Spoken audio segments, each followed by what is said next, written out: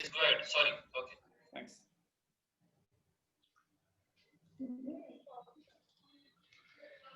Yes, Dr. Shantanu, over to you. Yes, thank you.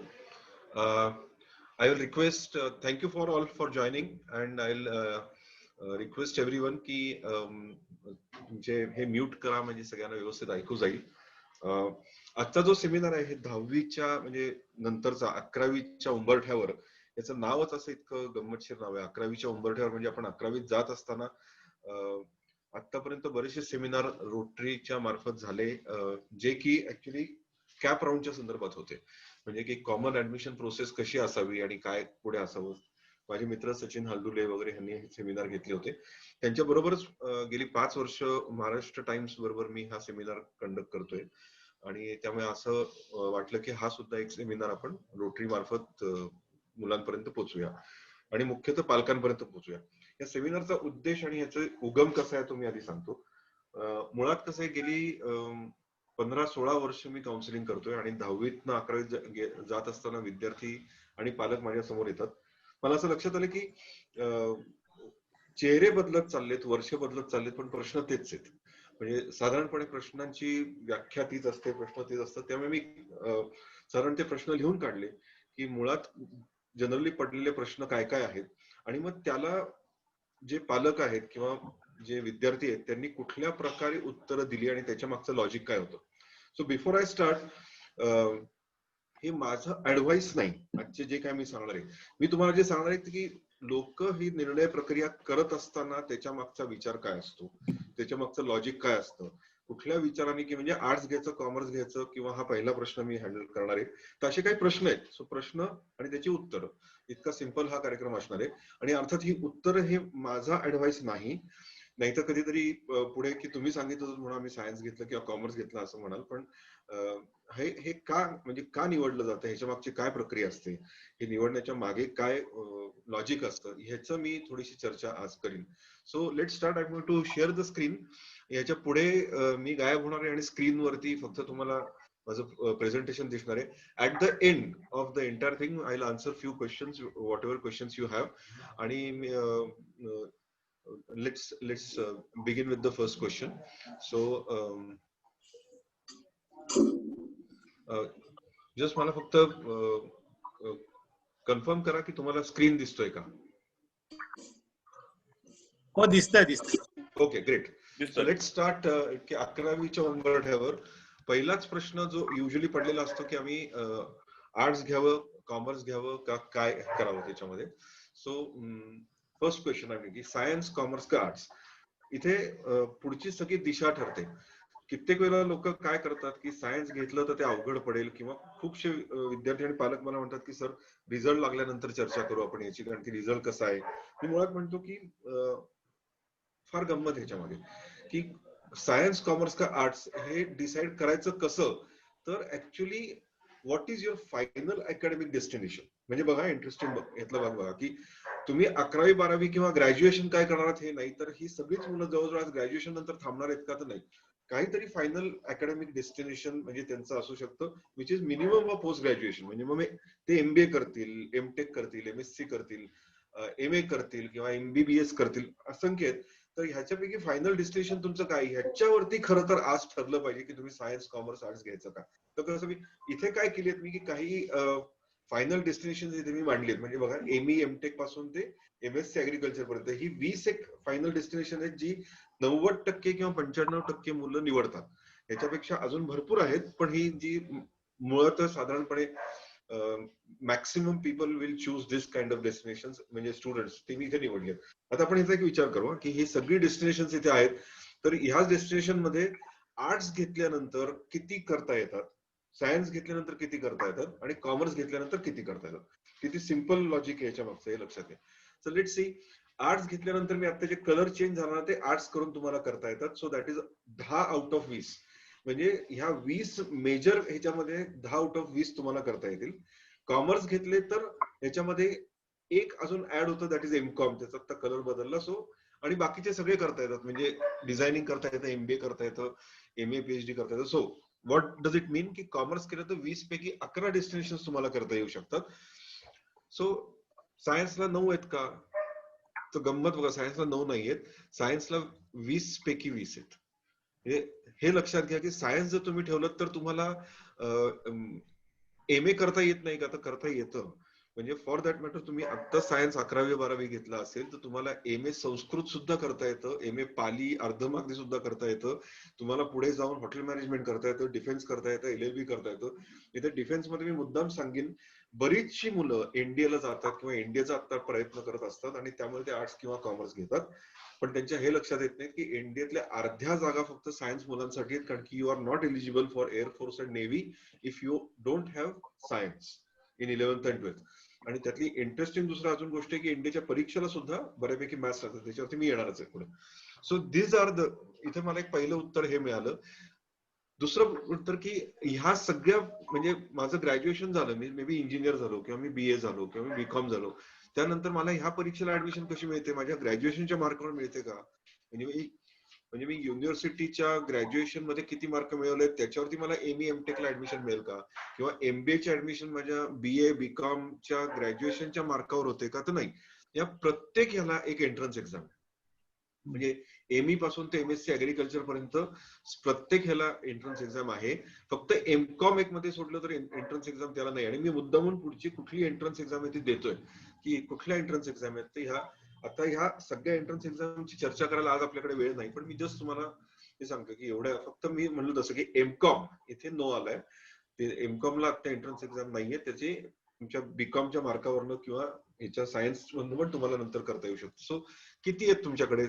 So ह्या सगळ्या गोष्टी, even तिथे खाली जिथे मी MLib आणि MSW म्हणजे सोशल वर्क, इथे मी नो लिहिलंय, तरी जर तुम्हाला चांगल्या ठिकाणी म्हणजे टाटा इन्स्टिट्यूट म्हणजे जे आहे टाटा सोशल सर्व्हिसेस त्याच्यातनं करायचं असेल, किंवा MLib तुम्हाला जिंदालची एक चांगली इन्स्टिट्यूट आहे त्यातनं जर तुम्हाला करायचं असेल किंवा चांगल्या ठिकाणी करायचं, त्यांना एंट्रन्स एक्झाम आहे. Wherever there is a scope किंवा wherever there is a demand, there is a entrance exam. हे नक्की लक्षात ठेवा. एंट्रन्स एक्झाम नाही याचा अर्थ की त्याला ऍप्लिकंट्स जास्त नाहीयेत. So it is very clear कि if you are targeting a course without an entrance examination, that may not have a very bright future. हे नक्की लक्षात घ्या. त्यामुळे बाकी सगळ्याला आहेत. जर्नलिझमला पण म्हणजे बऱ्याचशा एंट्रन्स एक्झाम आहेत ज्या जर्नलिझम मध्ये जातात.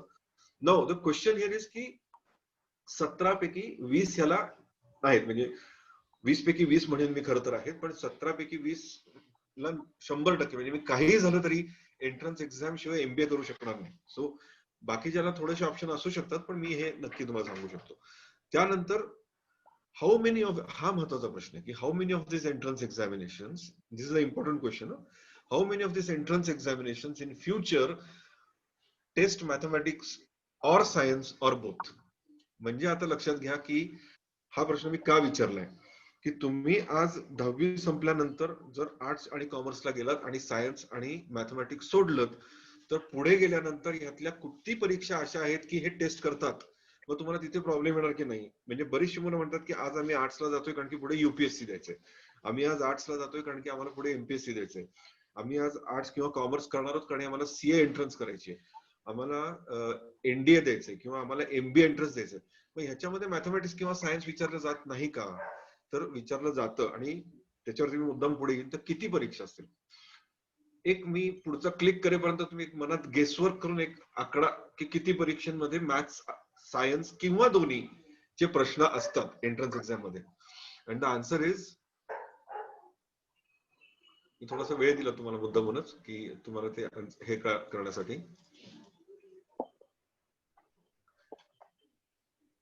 थांबा एक मिनिट. जेवढ्या एंट्रन्स एक्झाम आहेत, म्हणजे 17 पैकी एंट्रन्स आहेत, ते 17च्या 17 ह्याला मॅथ्स सायन्स किंवा दोन्हीचे प्रश्न विचारले जातात. म्हणजे लक्षात घ्या की थोडक्यात काय होईल ह्याचं पुढचं उत्तर आहे माझं, की असं होईल की which exam would be अपेअरिंग in future. So what ever exam you give, all the exams in the future which are for post graduation evaluate mathematics and science or both. म्हणजे ह्याच्यावरती and then what happens की which is more demanding.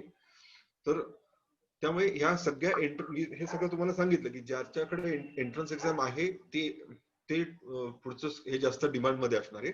आणि इथे गंमत लक्षात घ्या की which stream will have more competitive environment. म्हणजे डिमांडिंग कुठली तर आहेच आहे, आणि कॉम्पिटेटिव्ह एन्व्हायरमेंट म्हणजे काय की आज तुम्ही आर्ट्स किंवा सायन्स किंवा कॉमर्स जर निवडलं, तर माझं एक असं मत असतं की सायन्सला जाणाऱ्या मुलांना जास्त अभ्यास करायला लागतो आपली ही मुलं हुशार आहेत, त्यामुळे आर्ट्स आणि कॉमर्स त्यांना पटकन कळतं, पटकन ते हे करतात आणि त्यामुळे पुढच्या सगळ्या परीक्षांसाठी प्रचंड अभ्यास लागतो.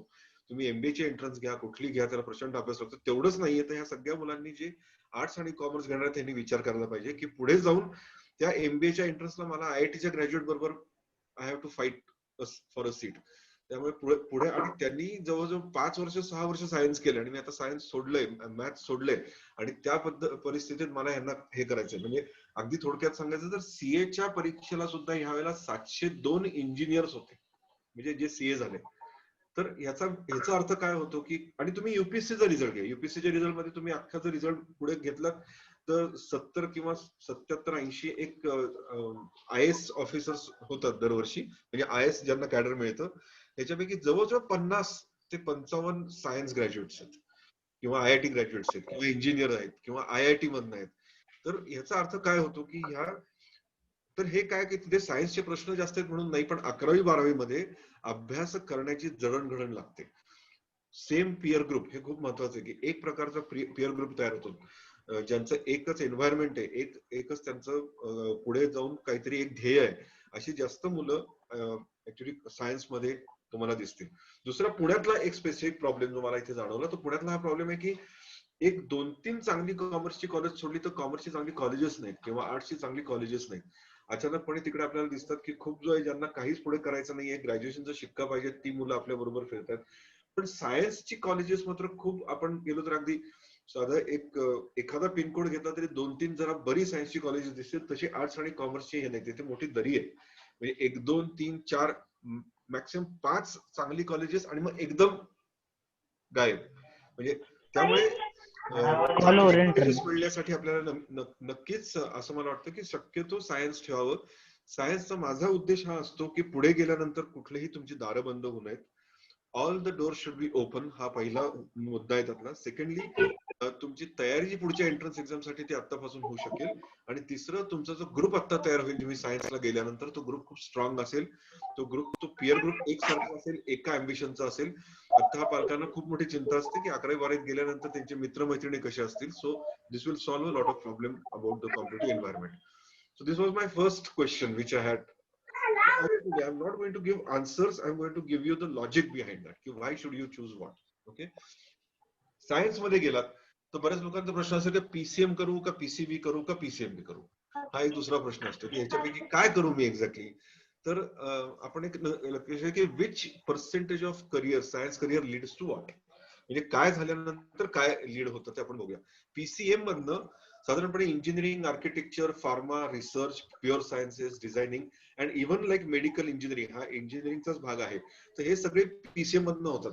म्हणजे फार्मा एस्पेशली खूप लोकांना वाटतं की त्याला बी ठेवायला लागेल.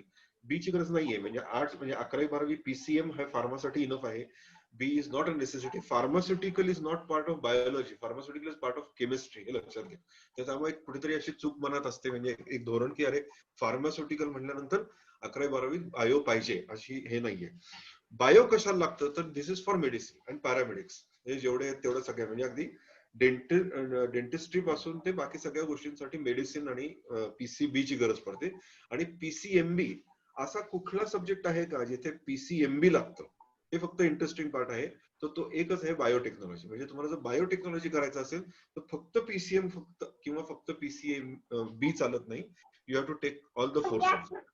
ह्याच्यामध्ये आपण जर केलं तर 91% of the future careers depend upon PCM. साधारणपणे 7 to 8% डिपेंड्स अपॉन PCB आणि 1 or 2 or 3% बायोटेकचे अजून विभिन्न भाग आहेत त्याच्यामध्ये. They could maximum depends upon PCMB. म्हणजे याचा अर्थ काय की काय करायचं हे जरा पहिल्यापासून ठरवलं आणि ते केलं तर PCM किंवा PCB हे नक्की, की मला नाही करायचं बायोलॉजी, इनफॅक्ट म्हणजे मला मेडिसिन नाही करायचंय, तर मी स्ट्रॉंगली सांगेन की बायो सोडा. त्याचं कारण असं आहे की बायोलॉजी जितकं सोपं 10वीत वाटतं तेवढं सोपं 11वी-12वीत नाहीये. साधारणपणे 10वीची बायोलॉजीची पानं तुम्ही मोजली तर 44-50 पानं जास्तीत जास्त बायोलॉजीची आहेत तुमच्या सायन्सच्या पुस्तकामध्ये. इंटरेस्टिंग पार्ट असं आहे की तेव्हा तुम्हाला बायोलॉजी आवडतं कारण की ते इंटरेस्टिंग आहे. तो 10वीतला विषय. तुम्ही 11वीत गेल्यानंतर जवळजवळ एक चॅप्टर 100 पानाचा आणि असे 44 चॅप्टर आहेत. So it is a large आणि अर्थात त्याचा स्कोप प्रचंड वाढतो. म्हणजे जवळजवळ अशी अपेक्षा आहे बोर्डाची की 12वी झाल्यानंतर 12वीच्या स्टुडंटनी ईसीजी बघून सांगावं की हा मला वाचता येतोय, इतकी त्यांचे नॉलेजची अपेक्षा असते म्हणजे बोर्डाची. सो देर इज एक मोठी दरी आहे या प्रत्येकच त्याच्यात. म्हणजे फिजिक्स केमिस्ट्री आहे तसं बायोलॉजी मला ती जास्त जाणवली की ही दरी खूप मोठी आहे. त्यामुळे मला असं वाटतं की ज्यांना पहिल्या गोष्टी करायच्यात नाही, engineering, architecture, pharmacy, research, pure science, त्यांनी शक्यतो बी टाळावं. ज्यांना मेडिसिन करायचंय त्यांनी बी म्हणजे पीसीबी तर घ्यायलाच पाहिजे. त्यांनी एम ठेवलं 11वी-12वी मध्ये तर चालू शकेल. त्याचं कारण असं आहे कारण की त्या परीक्षेला जे फिजिक्स आणि केमिस्ट्री त्याच्यासाठी तेवढं एम लागतं. एनिवे मी पुढे हा येणार आहे परत, पण हे क्लिअर होईल की कोणी काय करावं. मग म्हणजे ज्यांना क्लिअर आहे. आता पीसीएम मधला एक दुसरा भाग आहे की बायफोकल म्हणजे काय. हा एक लगेच प्रश्न येतो की मला पीसीएम घेतोय आता असं माझं ठरलं हे दोन तुमच्या स्लाइड्स बघितल्यानंतर, पण मला बायफोकल मी ऐकलं त्याचा अर्थ काय होतो. बायफोकल म्हणजे dual basically focus. Dual focus म्हणजे काय की महाराष्ट्र शासनाने 1984 साली 1984 मध्ये त्यांना असं लक्षात आलं की अरे 12वी झाल्यानंतर पण बऱ्याचशा मुलांना आणि मुलींना म्हणजे कॅन्डिडेट्सना चांगले जॉब वगैरे मिळत नाहीत. तेव्हा 12वी हे खूप महत्वाचं असं समजलं जायचं 84 साली की अरे 12वी झालं तरी नाही होते, तुला जॉब मिळत नाही. मग त्यांनी असं विचार केला की आपण काही सब्जेक्ट त्यातले कमी करूया आणि त्याच्या ठिकाणी वोकेशनल सब्जेक्ट टाकूया. म्हणजे वोकेशनल म्हणजे काय की त्या मुलांना काहीतरी करता येईल. मग ते काय होते तर इव्हन स्कूटर मेंटेनन्स होता किंवा सिव्हिलचे काही म्हणजे बेसिक सिव्हिल ऑपरेशन्स असतात म्हणजे घर बांधणीच्या बेसिक गोष्टी त्या होत्या. त्यानंतर रेडिओ रिपेअर होता, इलेक्ट्रॉनिक्स इलेक्ट्रिकल मधले काही विषय होते, मेकॅनिकलचे काही विषय होते. त्यामुळे त्यांनी तो विषय टाकला की म्हणजे थोडक्यात एखादा विद्यार्थी काय करू शकत होता की मला सायन्स मधले 2 विषय गाळून मला बायफोकलचा हा एक विषय मिळू शकत होता. आता हे विषय आधी काय त्याच्यावर तुम्ही बोलतो तो लक्षात घ्या. 3 प्रकारचे आपण आपल्याला 11वी-12वी करता येतं. जनरल सायन्स बी, जनरल सायन्स एम आणि बायफोकल.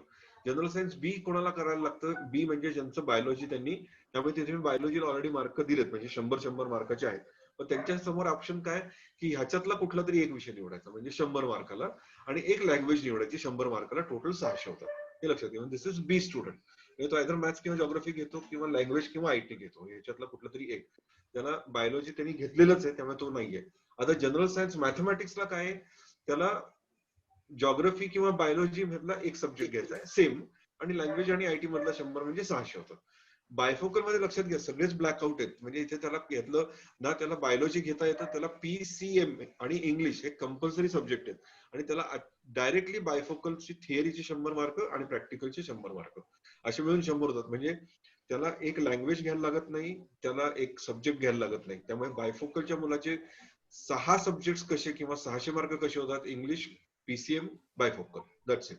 सो हे केल्यानंतर त्याचे फायदे काय आहेत. तर फायदे हे होते की त्याचा इफेक्ट काय की ह्या बायफोकल मध्ये साधारणपणे प्रॅक्टिकल जास्त असल्यामुळे थोडेसे जास्त पर्सेंटेज मार्क तुम्हाला पडू शकतात. 1-2-3% वाढू शकतात. खूप जास्त वाढणार नाही पण 2-3% वाढू शकतात. पण 12वीला म्हणजे ज्यांना 80 पडणार त्यांना 82 पडते. एवढं बायफोकलच्या हा इफेक्ट आहे. दुसरा इफेक्ट काय त्याच्यामध्ये की 2 विषय कमी होतात. म्हणजे लँग्वेज कमी होतो आणि त्याच्याशिवाय तुमचा एक विषय कमी होतो. त्यामुळे you save a lot of time in studying or going to the colleges. हा दुसरा विषय. एक्झेम्पशन ऑफ लँग्वेज हे मी ऑलरेडी सांगितलं.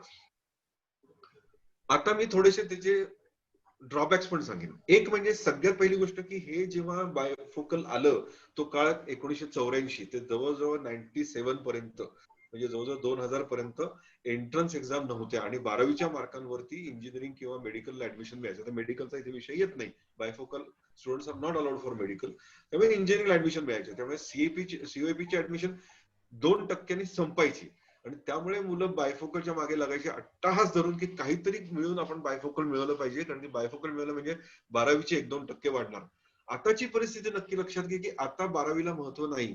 12वी 60% वरती आलेली आहे. म्हणजे 60% ही एलिजिबिलिटी झाली आहे. 12वीच्या मार्कांवरती कुठे ऍडमिशन मिळत नाही. त्याला एंट्रन्स एक्झाम आली. So what does that mean की तुम्हाला 60 पडले काय, 70 पडले काय, 80 पडले काय, 90 पडले काय, यू आर सेम. हे नक्की लक्षात घ्या माझी वाक्य. Anything above 60% has no value. Of course, it is for engineering. When it comes to IIT, it is 75%. When it comes to BITSAT, it is 75%. असे पर्सेंटेज त्याचे बदलतात. आयसर साठी थोडेसे अजून जास्त पर्सेंट लागतात. पण बेसिकली हा 12वीच्या पर्सेंटवर ऍडमिशन होणार नाही ती दुसरी गोष्ट. तिसरी गोष्ट की इव्हन ह्या मी सगळ्याच्या बाकीच्या पण दिलं की 75% साधारणपणे इज इनफ, 75% इज इनफ. तिथे 80-90% म्हणून उपयोग काही होत नाही. म्हणजे those are not necessarily required. मात्र बायफोकलला गेल्यानंतर जास्त प्रॅक्टिकल वेळ लागू शकतो, कारण प्रॅक्टिकल 100 मार्काचं आहे. त्यामुळे आता रोज प्रॅक्टिकल करायला लागेल. त्यामुळे एका बाजूला एक लँग्वेजचा अभ्यास कमी होईल, पण प्रॅक्टिकलचा वेळ वाढेल. आणि प्रॅक्टिकलच्या वेळामध्ये अजून एक फार इंटरेस्टिंग गोष्ट आहे की टाइम तर कंझ्युम होणारच आहे, बट जे मी आता ह्याच्यावरती चार्टवरती नाहीये, पण 100% जवळजवळ म्हणजे 100 मार्क जर समजा प्रॅक्टिकलला असतील, तर प्रॅक्टिकलचे मार्क कोण देतं, तर इंटरनल सोर्स मधनं मिळतात. तर तुमचा त्यामुळे त्या टीचरशी आणि याच्याशी you have to have a very good rapport. आणि त्यामुळे it becomes a very subjective effort तिथे. आणि कित्येक वेळेला बायफोकलच्या मुलांना मी बघितलंय, माझ्या मुलीच्या वेळेला पण ही गोष्ट झाली की बऱ्याचशा वेळेला त्यांना कुठले कुठले प्रोजेक्ट दिले जातात, काही काही ह्याच्यात सहभाग घ्या म्हणून बराचसा वेळ त्यांचा जातो.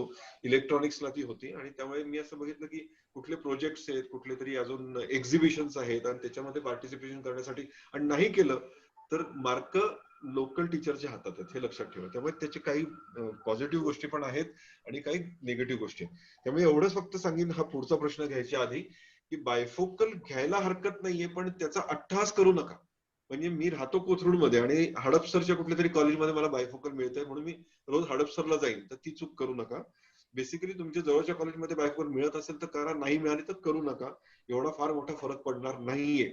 तो फरक पडत होता जोपर्यंत एंट्रन्स एक्झाम नव्हत्या. आता एंट्रन्स एक्झाम आल्यानंतर काय होतं की पालक बऱ्यापैकी त्याच मानसिकतेतले, मी किंवा अजून कोणी जे इंजिनियर झालेत पालक, त्यांना असं वाटतं की अरे आपल्या वेळेला बायफोकल किती महत्वाचं होतं, त्यामुळे त्याच दृष्टिकोनातून अजूनही त्याच्याकडे बघत असतात. तर आता हा पूर्ण विषय बदललाय.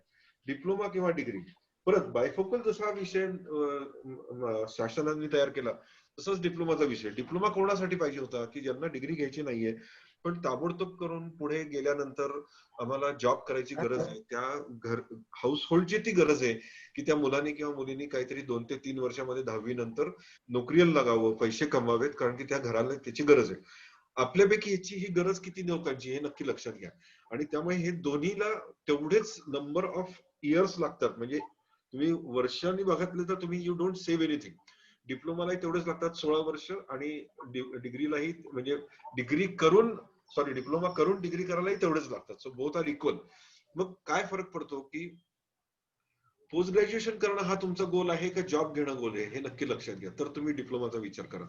जर इथे जवळजवळ जे मुलं मला दिसतात त्यांचं 90% किंवा जास्तीत जणांचा जॉब करणं हा काही लगेच गोल नाहीये, की डिप्लोमा करायचा आहे लगेच आम्हाला आता पैशाची गरज आहे, असा नाहीये. तर युअर गोल काय आहे त्याच्यावरती लक्ष घ्या. दुसरं, डिप्लोमातनं डिग्रीत जाणं आजकाल इतकं सोपं उरलेलं नाहीये. जवळजवळ 80-81% कट ऑफ आहे. म्हणजे 78-79 मी अगदी लास्ट पॉसिबल डिप्लोमाला जिथे तुम्हाला डिग्री सेकंड इयरला मिळू शकेल. त्याचा रूल कसा आहे की आमच्या इथे वेकन्सी पाहिजे, आणि त्यामुळे चांगल्या कॉलेजेसमध्ये वेकन्सी निर्माण होत नाही, हे लक्षात घ्या. So what finally you land up becoming a engineer from not very good college, हे लक्षात घ्या. आणि तिसरी गोष्ट खूप महत्वाची की यू कॅनॉट चेंज स्ट्रीम्स. म्हणजे तुम्ही जर मेकॅनिकल मध्ये डिप्लोमा केला असेल तर मेकॅनिकल मध्येच करायला लागेल, इलेक्ट्रिकल केला असेल तर इलेक्ट्रिकल मध्येच करायला लागेल. हे डिप्लोमाचं हे सगळं जे स्ट्रक्चर होतं की नाही, हे जवळजवळ 50 वर्ष जुनं आहे. आणि त्यातनं डिग्रीला जाणं हे जवळजवळ साधारणपणे 32 वर्षापूर्वी किंवा 30 वर्षापूर्वी चालू झालं. आज there are 52 engineering streams, there are niche areas जिथे नवीन नवीन टेक्नॉलॉजी येते. आणि हे तुम्ही डिप्लोमा करून डिग्रीला जायला लागलात की तुम्हाला हे कुठेही जाता येणार नाही. रेग्युलर कॉलेजमधनं करता येईल. अर्थात ज्या टॉप एंड इंजिनिअरिंग कॉलेजेस आहेत, म्हणजे IITs आहेत, NITs आहेत, अजून असंख्य किती चांगल्या, त्याच्यामध्ये कुठे जाता येणार नाही. लोकल महाराष्ट्र लेवलवरचे जे इंजिनिअरिंग कॉलेजेस आहेत जिथे जागा शिल्लक आहे तिथे तुम्हाला फक्त डिग्री करता येईल. सो मी स्ट्रॉंगली रेकमेंड करेन इथे की डिप्लोमाचा विचार आता करू नका. डिग्रीचा विचार म्हणजे 10वी नंतर 11वी करूनच एंट्रन्स एक्झाम देऊनच डिग्रीचा विचार करा. That is always a better option. हे म्हणजे परत एकदा सांगतोय, this advice is based on the so many, it is a statistical inferences of my the students and parents who have met me. हे नक्की लक्षात घ्या. नेक्स्ट इज ह्याच्याबद्दल की which are the various exams and study pattern. इथे मी थोडस ना एक पहिला जो चार्ट आहे तो सायन्स बद्दलचा चार्ट आहे, आणि दुसरा जो चार्ट आहे तो फक्त सायन्स नाही तर आर्ट्स आणि कॉमर्स करून पण तुम्हाला काय करता येईल ह्याच्याबद्दलचं चार्ट आहे. तर हे चार्ट मी तुमच्या समोर मांडतो आणि हा पर्टिक्युलर चार्ट किंवा ही स्लाइड मला आवडते कारण की इथे मला थोडंसं गप्प बसता येतं. तुम्ही हा पॅटर्न बघा, हा चार्ट बघा, तुम्हाला शक्य असेल तर ज्यांच्याकडे आहे तो नोट करून घ्या किंवा त्याचा फोटो काढा. This is a very interesting chart की कशातनं कुठली परीक्षा देता येते, कुठल्या परीक्षेतनं कुठल्या काय तुम्हाला करता येतं. थोडंसं मध्ये मध्ये सांगेन. इंजिनिअरिंग म्हणजे 3 प्रकारे तुम्हाला इंजिनिअरिंग किंवा रिसर्च करता येतो. टॉप मोस्ट इज IIT, मग NITs, त्यानंतर ऑफकोर्स स्टेट इन्स्टिट्यूट्स तुमच्या आहेत. त्याचप्रमाणे मेडिकलला सुद्धा top medical colleges which are AFMC, JIPMER किंवा फॉर दॅट मॅटर एम्स, ह्या ज्या सगळ्या this are top medical colleges. आणि नाहीतर मग state colleges which are there. So some private state colleges are also there. आर्किटेक्चरला पण असं आहे की तुम्हाला IIT मधनं आर्किटेक्चर करता येतं किंवा बाकीच्या आर्किटेक्चर कॉलेजेस मध्ये. डिझायनिंग मध्ये यू बी सरप्राईज, IIT मध्ये डिझायनिंग आहे आणि त्यातनं तुम्हाला त्याच्यानंतर मी दिले की तुम्हाला ह्याच्यासाठी कुठली परीक्षा द्यायला लागते. सो ह्या परीक्षा सगळ्या लक्षात घ्या. JEE advance, JEE mains, CET, ह्या सगळ्या परीक्षा आहेत. आणि त्यातला लास्ट जो चार्ट आहे तो हा आहे की ह्या परीक्षा एक्झॅक्टली काय चेक करतात तुमचं, म्हणजे कुठले सब्जेक्ट तुम्हाला चेक करतात. तर हे शेवटचं एक.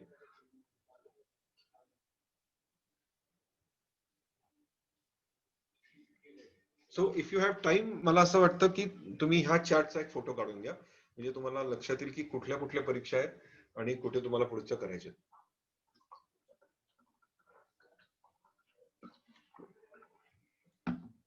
नेक्स्ट चार्ट मी काय दिलंय की सायन्स नेसेसरी नाहीये ह्याच्यासाठी. सायन्स नसताना सुद्धा तुम्ही या सगळ्या गोष्टी करू शकता. इथे पण मी तुम्हाला सिमिलर हे देतोय.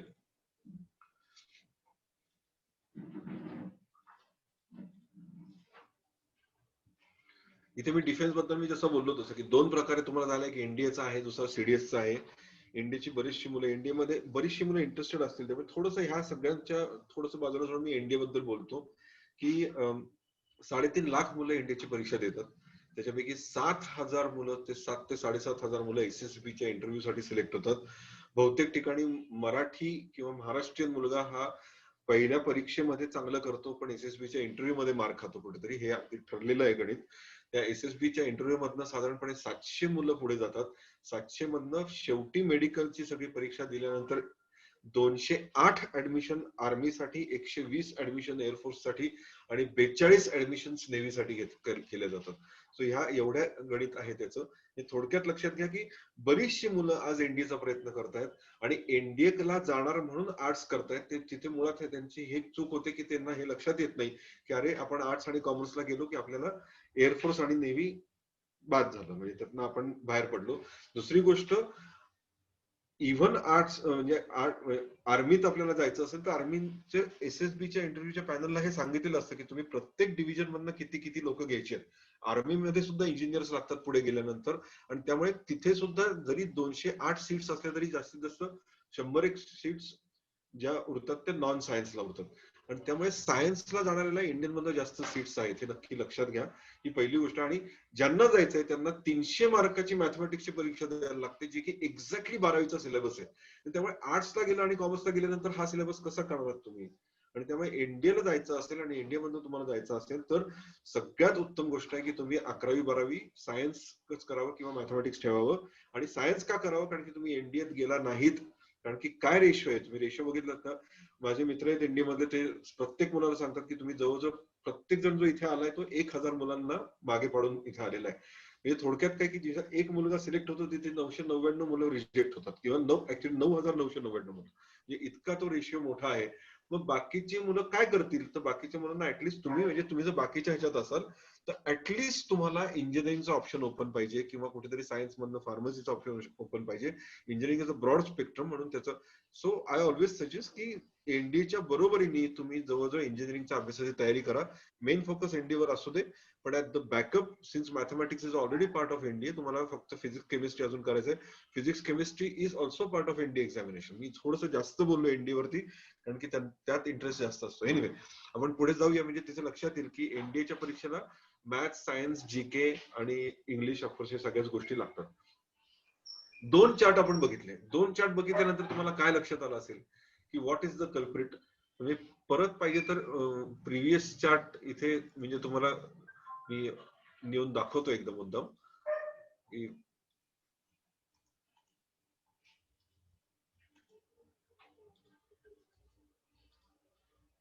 हा एक चार्ट होता आणि ह्याच्या आधीचा मी तुम्हाला तो चार्ट दाखवला. काय तुम्हाला त्याच्यामध्ये लक्षात आलं की काय व्हॉट इज द कल्प्रिट हे. So the culprit is actually mathematics. None of the examination is not done without mathematics.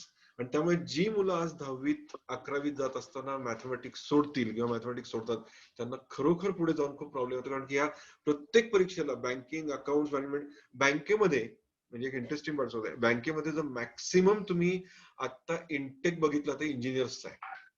R you surprise?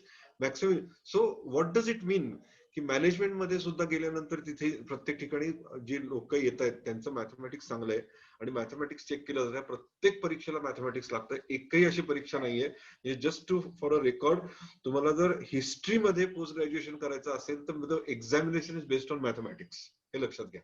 आणि त्यामुळे शक्यतो मॅथ्स सोडू नका. मॅथ्सचा you need to continue with mathematics.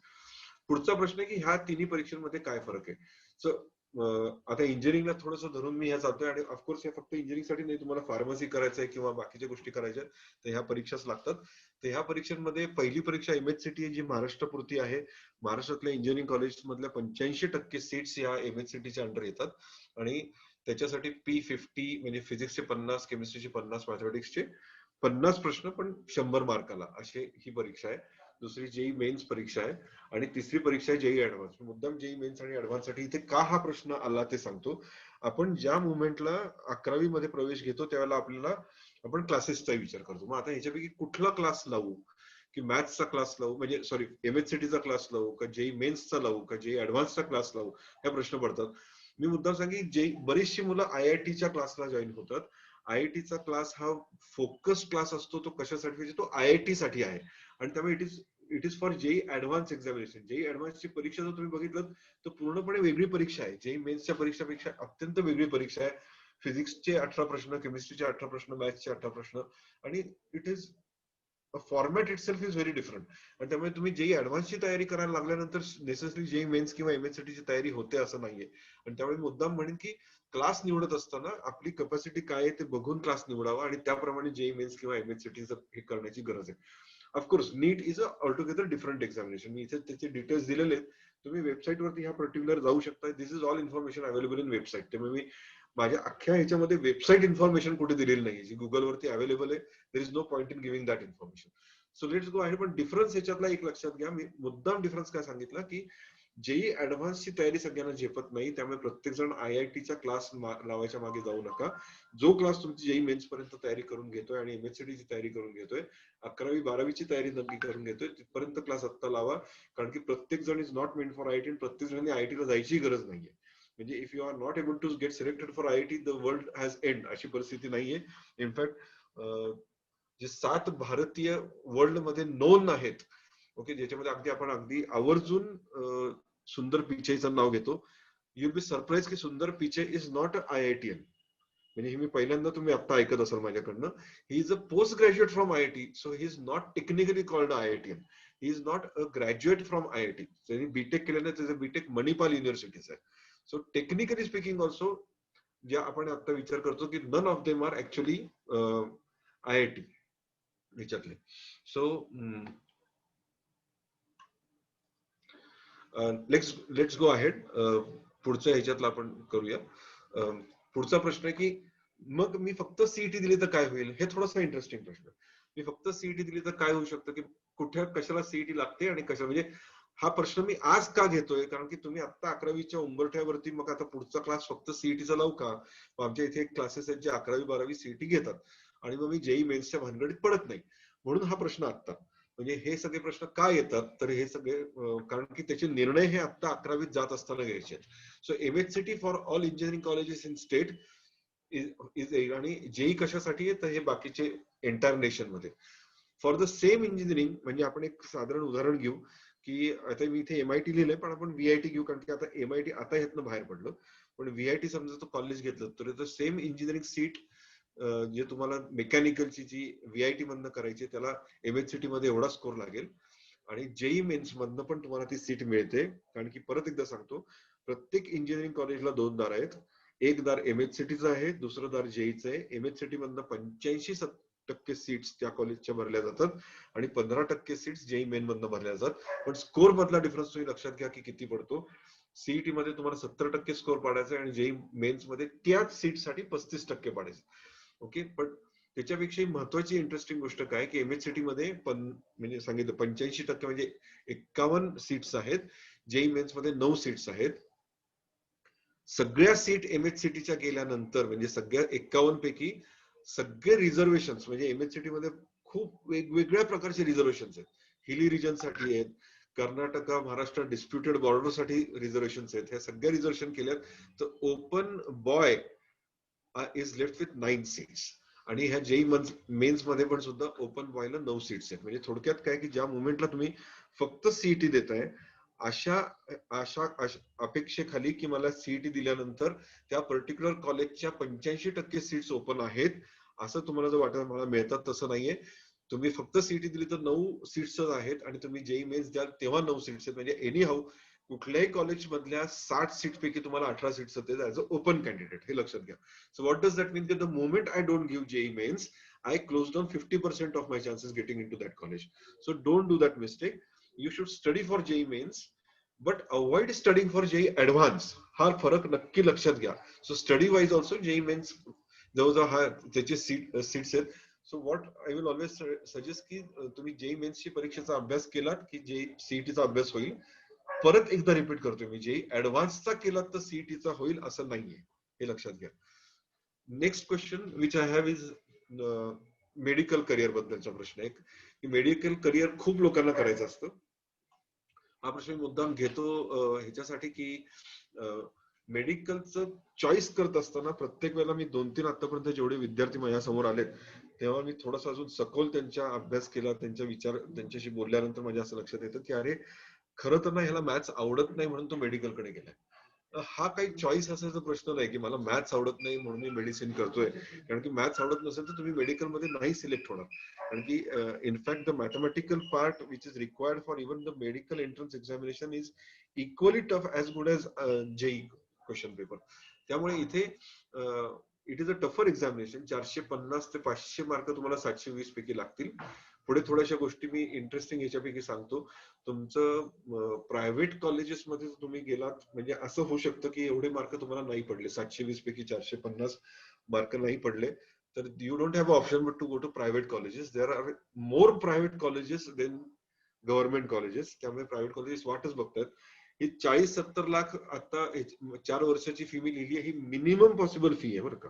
जे आता 70 लाख पण उरले नाही जवळजवळ, कारण की अजून 2 वर्षानंतर तुम्ही ह्या मेडिकल कॉलेजला जाणार आहात आणि पुढची 4 वर्ष मेडिसिन करायचंय.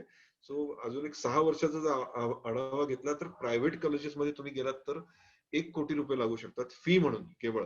आणि गव्हर्नमेंट मध्ये गेलात तर 25 लाख रुपये लागू शकतात. सो ऍज इट इज हे नक्की लक्षात घ्या की this both is a financially costly affair. Medicine is a costly affair. दुसरा पॅटर्न लक्षात घ्या, स्टडी पॅटर्न. MBBS ची 4 वर्ष, मग इंटर्नशिप, मग MD, मग सुपर स्पेशलायझेशन म्हणजे पुढची 10 वर्ष. 12वी नंतर पुढची 10 वर्ष तुम्ही म्हणजे basically once a doctor always a student, हे आता अगदी क्लिअर होतं इथे. आणि त्यामुळे तुम्ही स्टुडंटच राहतात. तेवढी तयारी आहे का?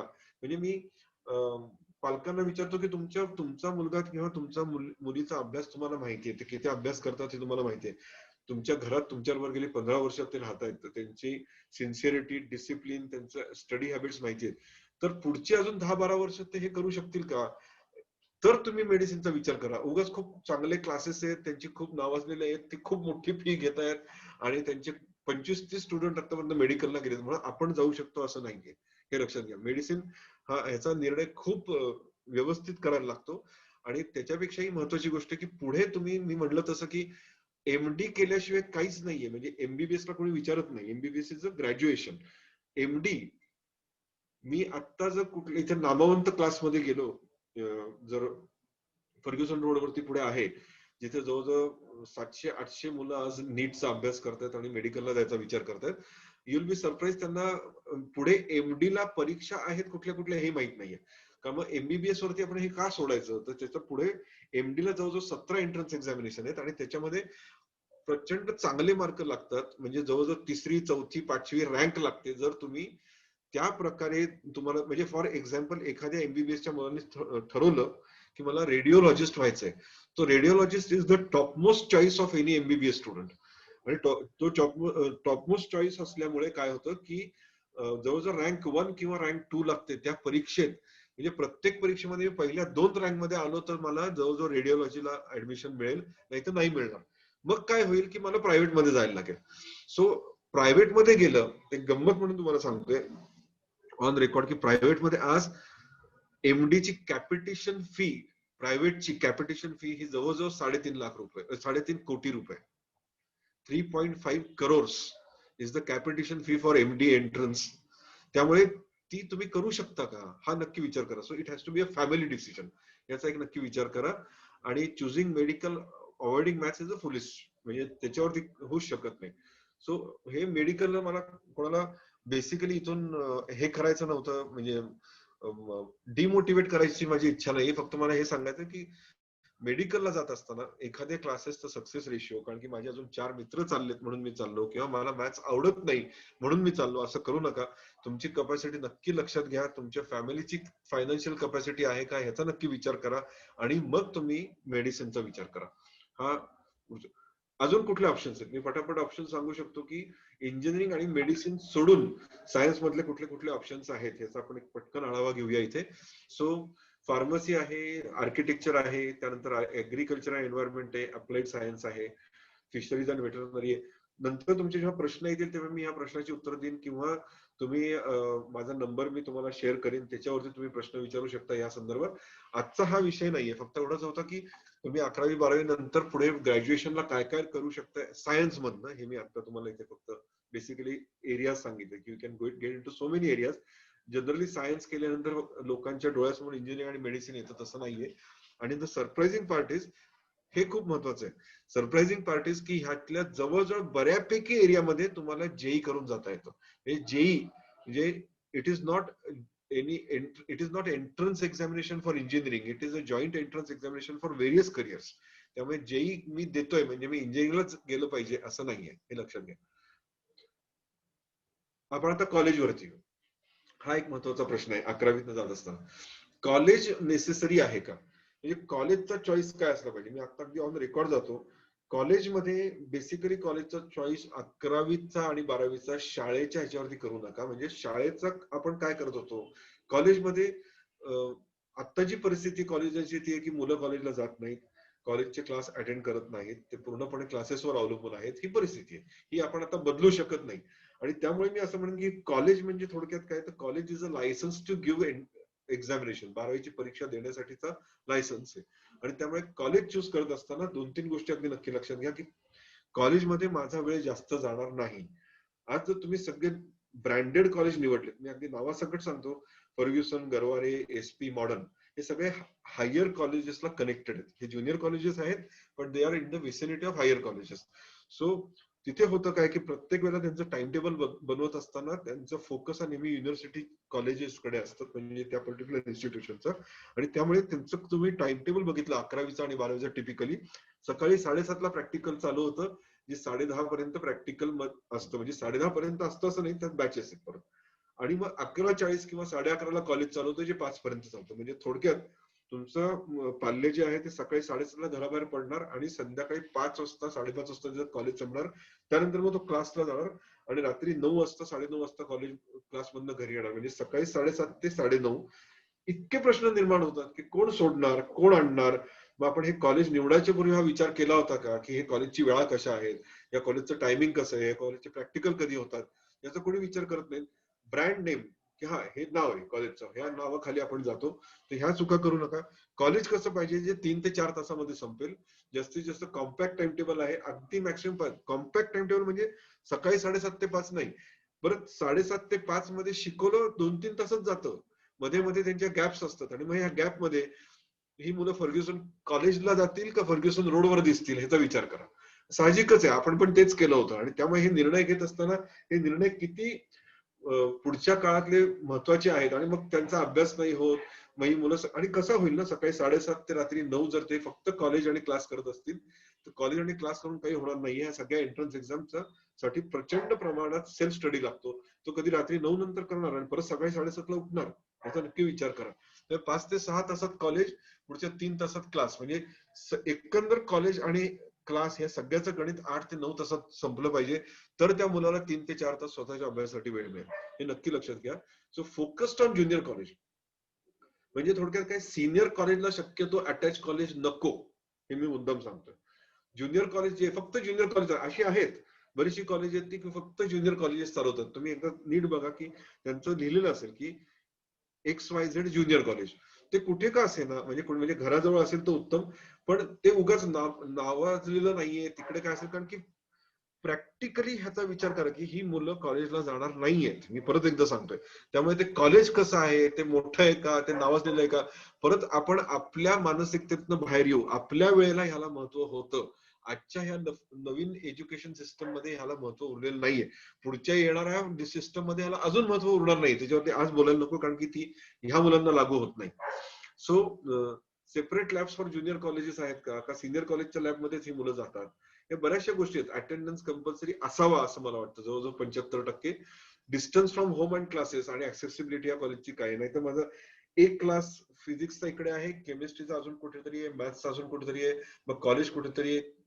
आता ह्या नवीन कोविडच्या ह्याच्यामध्ये 4 ते 5 ठिकाणी जाणं, पब्लिक ट्रान्सपोर्ट मधनं जाणं, 4 ते 5 लोकांच्या इथल्या वेगवेगळ्या मुलांना भेटणं, तिथल्या वेगवेगळ्या टीचर्स, तिथल्या स्टाफला भेटणं, म्हणजे जवळजवळ तुम्ही लक्षात घ्या, we create 500 contact point in a day. हे 500 कॉन्टॅक्ट पॉइंट निर्माण करणं हे अत्यंत चुकीचं होईल. मी आज म्हणजे this covid is going to stay, आणि त्यामुळे पुढच्या येणाऱ्या काळामध्ये आपण त्याच्यापासून हे कॉन्टॅक्ट पॉइंट आपल्याला किती कमी करता येतील. सो कसे कमी करता येतील, की एकाच लोकेशन मध्ये क्लास आणि कॉलेज आहे का, तर त्या लोकेशनला गेलं ते तेवढीच मुलं भेटली. याचा खूप मोठे विचार आहेत, म्हणजे वेगवेगळे. कारण की फिजिक्सचा क्लास वेगळा, केमिस्ट्रीचा वेगळा, मॅथ्सचा वेगळा, बायोलॉजीचा वेगळा असेल तर मग ह्या सगळ्याचा ग्रुप वेगळा, ह्या ग्रुप मधले वाढदिवस वेगळे, मग ह्या वाढदिवसाच्या पार्ट्या वेगळ्या. ह्याचा कोणी विचार करत नाही इतक्या सहजासहजी. पण ह्या सगळ्या मी गेली 15 वर्ष 16 वर्ष हे अनुभवतोय. ऍज अ पेरेंट म्हणून पण मी अनुभव घेतलाय, आणि म्हणूनच मी तुमच्याशी शेअर करतोय की ह्या सगळ्या गोष्टी खूप महत्वाच्या आहेत. आणि less fields and extra activities कॉलेजमध्ये, ह्या सर्व प्रकारचे days, activities, politics is back to colleges, कितीतरी ऍक्टिव्हिटी ह्या सगळ्या होतात. या सगळ्यातनं ह्या मुलांनी आता तरी 11वी 12वीत लांब राहावं असं मला वाटतं. सो कॉलेज निवडत असताना मी म्हणलं तसं की try to go for a college which is actually only junior college first, and secondly which has lesser thrills आणि which is near to your house, that is very important, आणि which is has a compact timetable. आणि compact timetable usually शाळेला connected कॉलेजेसना पण असतं, पण नुसते junior colleges पण आहेत. कारण की ज्या मोमेंटला मी म्हणेन की शाळेला कनेक्टेड कॉलेजेस मध्ये ऍडमिशन घ्या, त्यामुळे आता असलेली मुलं खूप नाराज होतील, कारण की त्यांना परत युनिफॉर्म घालायला लागणार. So go to junior colleges जिथे युनिफॉर्म नाहीये. क्लासेसचे प्रकार काय आहेत आपण आता बघू, की 4 प्रकारचे क्लासेस युजली असतात. सो आपण दुसरा प्रश्न असतो की कुठल्या टाईपचा क्लास लावू. सो पीसीएमबी ला सेपरेट क्लासेस आहेत, पण इथे आत्ताचा प्रॉब्लेम मला दिसला की मयूर कॉलनीमध्ये आहेत फिजिक्स, मॅथ्स, केमिस्ट्रीचे सेपरेट. हे एका क्लासमध्ये 120-150 मुलं आहेत, आणि आय एम रिअली सरप्राईज की ते कसे होतात. आणि ते फक्त 12वी पर्यंत शिकवलं जातं. फक्त 12वी वरती शिकून होणार नाहीये, पुढे आपल्याला एंट्रन्स एक्झामची तयारी करायची आहे. बिग आयआयटी आणि एनआयटी मध्ये परत पूर्ण त्याचे दुसरं टोक आहे.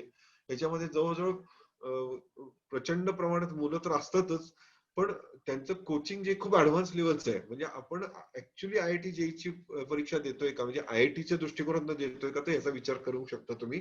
नाहीतर जी मुलं आयआयटीचा विचार करणार नाहीयेत त्यांनी याचा विचार करू नये. इंटिग्रेटेड कोचिंग वरती मी थोडंसं अजून बोलीन पुढच्या एका चार्ट मध्ये. बरेचसे आजकाल करतायत इंटिग्रेटेड आहे, म्हणजे कॉलेज आहे आणि त्याच्यामध्येच आम्ही बेसिकली कॉलेज आणि क्लास एकत्र चालवतो असे. किंवा प्रायव्हेट लोकल पर्सन, म्हणजे मी उलट सांगेन की smaller local person oriented coaching outfit जर तुम्ही केलं तर जास्त चांगलं आहे. पण ह्याच्या सुद्धा ड्रॉबॅक्स थोडेसे आहेत. आपण पर्सनली बोलू, कारण की मी कुठले कुठल्याही क्लासच्या ब्रँड बद्दल बोलू शकणार नाही, पण पुण्यात असलेल्या प्रत्येक क्लासमध्ये, प्रत्येक क्लास बद्दल मला माहिती आहे. तिथे सगळे टीचर्स माझ्या ओळखीचे आहेत. जवळजवळ 15-16 वर्ष, 17 वर्ष मी ह्या क्षेत्रात आहेत. त्यामुळे कुठल्या क्लासला मी अगदी कॅन्डिडली तुम्हाला याच्यावरती माझं प्रामाणिक मत देऊ शकेन, जर कोणी मला विचारलं तर, की कुठले क्लासेस चांगले आहेत आणि कुठले करावेत. कारण की unfortunately classes is going to be a necessary evil असं मी म्हणेन. त्याला पर्याय नाहीये पुढे येणार काळात. सो पण क्लासेस निवडत असताना तुम्ही कुठली हे घ्यावीत, तर सगळ्यात पहिली गोष्ट काय की नंबर ऑफ स्टुडंट्स कमी असावेत. एक वन रूफ सॉल्युशन असावं, म्हणजे फिजिक्स, केमिस्ट्री, मॅथ्स हे सगळे एकाच रूफ खाली शिकवलं जाते, 10 ठिकाणी पळायला लागत नाहीये. ही पहिली गोष्ट. दुसरी, त्यांचे 25 ब्रांचेस आहेत, 15 ब्रांचेस आहेत, पुण्यामध्ये 7 ब्रांचेस आहेत. तुम्हाला काय करायचंय? 7 ब्रांचेस आहेत म्हणजे ते खूप चांगले आहेत का क्लासेस, याचा अर्थ तो उरत नाहीये. पण चुकीची इन्फर घेतो एखाद्या ह्याच्यावरनं. म्हणजे इनफॅक्ट जेवढे सगळे ब्रांचेस आहेत तेवढं फॅकल्टी स्ट्रेस्ड आहेत, हे लक्षात घे. एका ठिकाणून दुसरीकडे त्यांना पळायला लागते आणि त्यामुळे they may not be available for your student. तिसरी गोष्ट की रिझल्ट रेशिओ इज इम्पॉर्टंट. आपण पेपर उघडल्यानंतर एक फुल पेज आपल्याला जाहिरात दिसते, त्याच्यामध्ये 30-35 मुलं दिसतात जी झाली आहेत, आणि आपण त्याच्या फेस व्हॅल्यू वरती त्याचा विचार करतो की अरे एवढी मुलं झाली आहेत त्यांची, पण result on the face value in numbers is not important, ratio is important. त्यांच्याकडे किती मुलं होती, त्यांच्याकडे जर 1000 मुलं शिकत असतील आणि त्यातली 30 मुलं गेली असतील, तर 30 मुलांनी पेपर भरतो, पण 30 out of 1000 is what kind of ratio? It is actually a pathetic result which we don't understand. त्यामुळे एखाद्या क्लासला गेला आधी विचार की तुमच्याकडे टोटल मुलं किती एनरोल होतात, मग ते सांगतील की हा आमच्याकडे 7-8 ब्रांचेस आहेत, ते 7-8 ब्रांचेस म्हणून 1200-1400 मुलं आहेत. आणि मागच्या वर्षी किती मुलं गेली आयआयटीला, तर 40.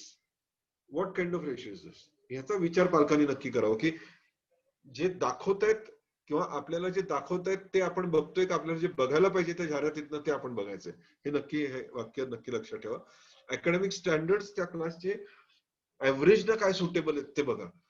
जर हुशार मुलांचा क्लास असेल तर तिथे आपल्या मुलाला पाठवण्याचं योग्य नाहीये.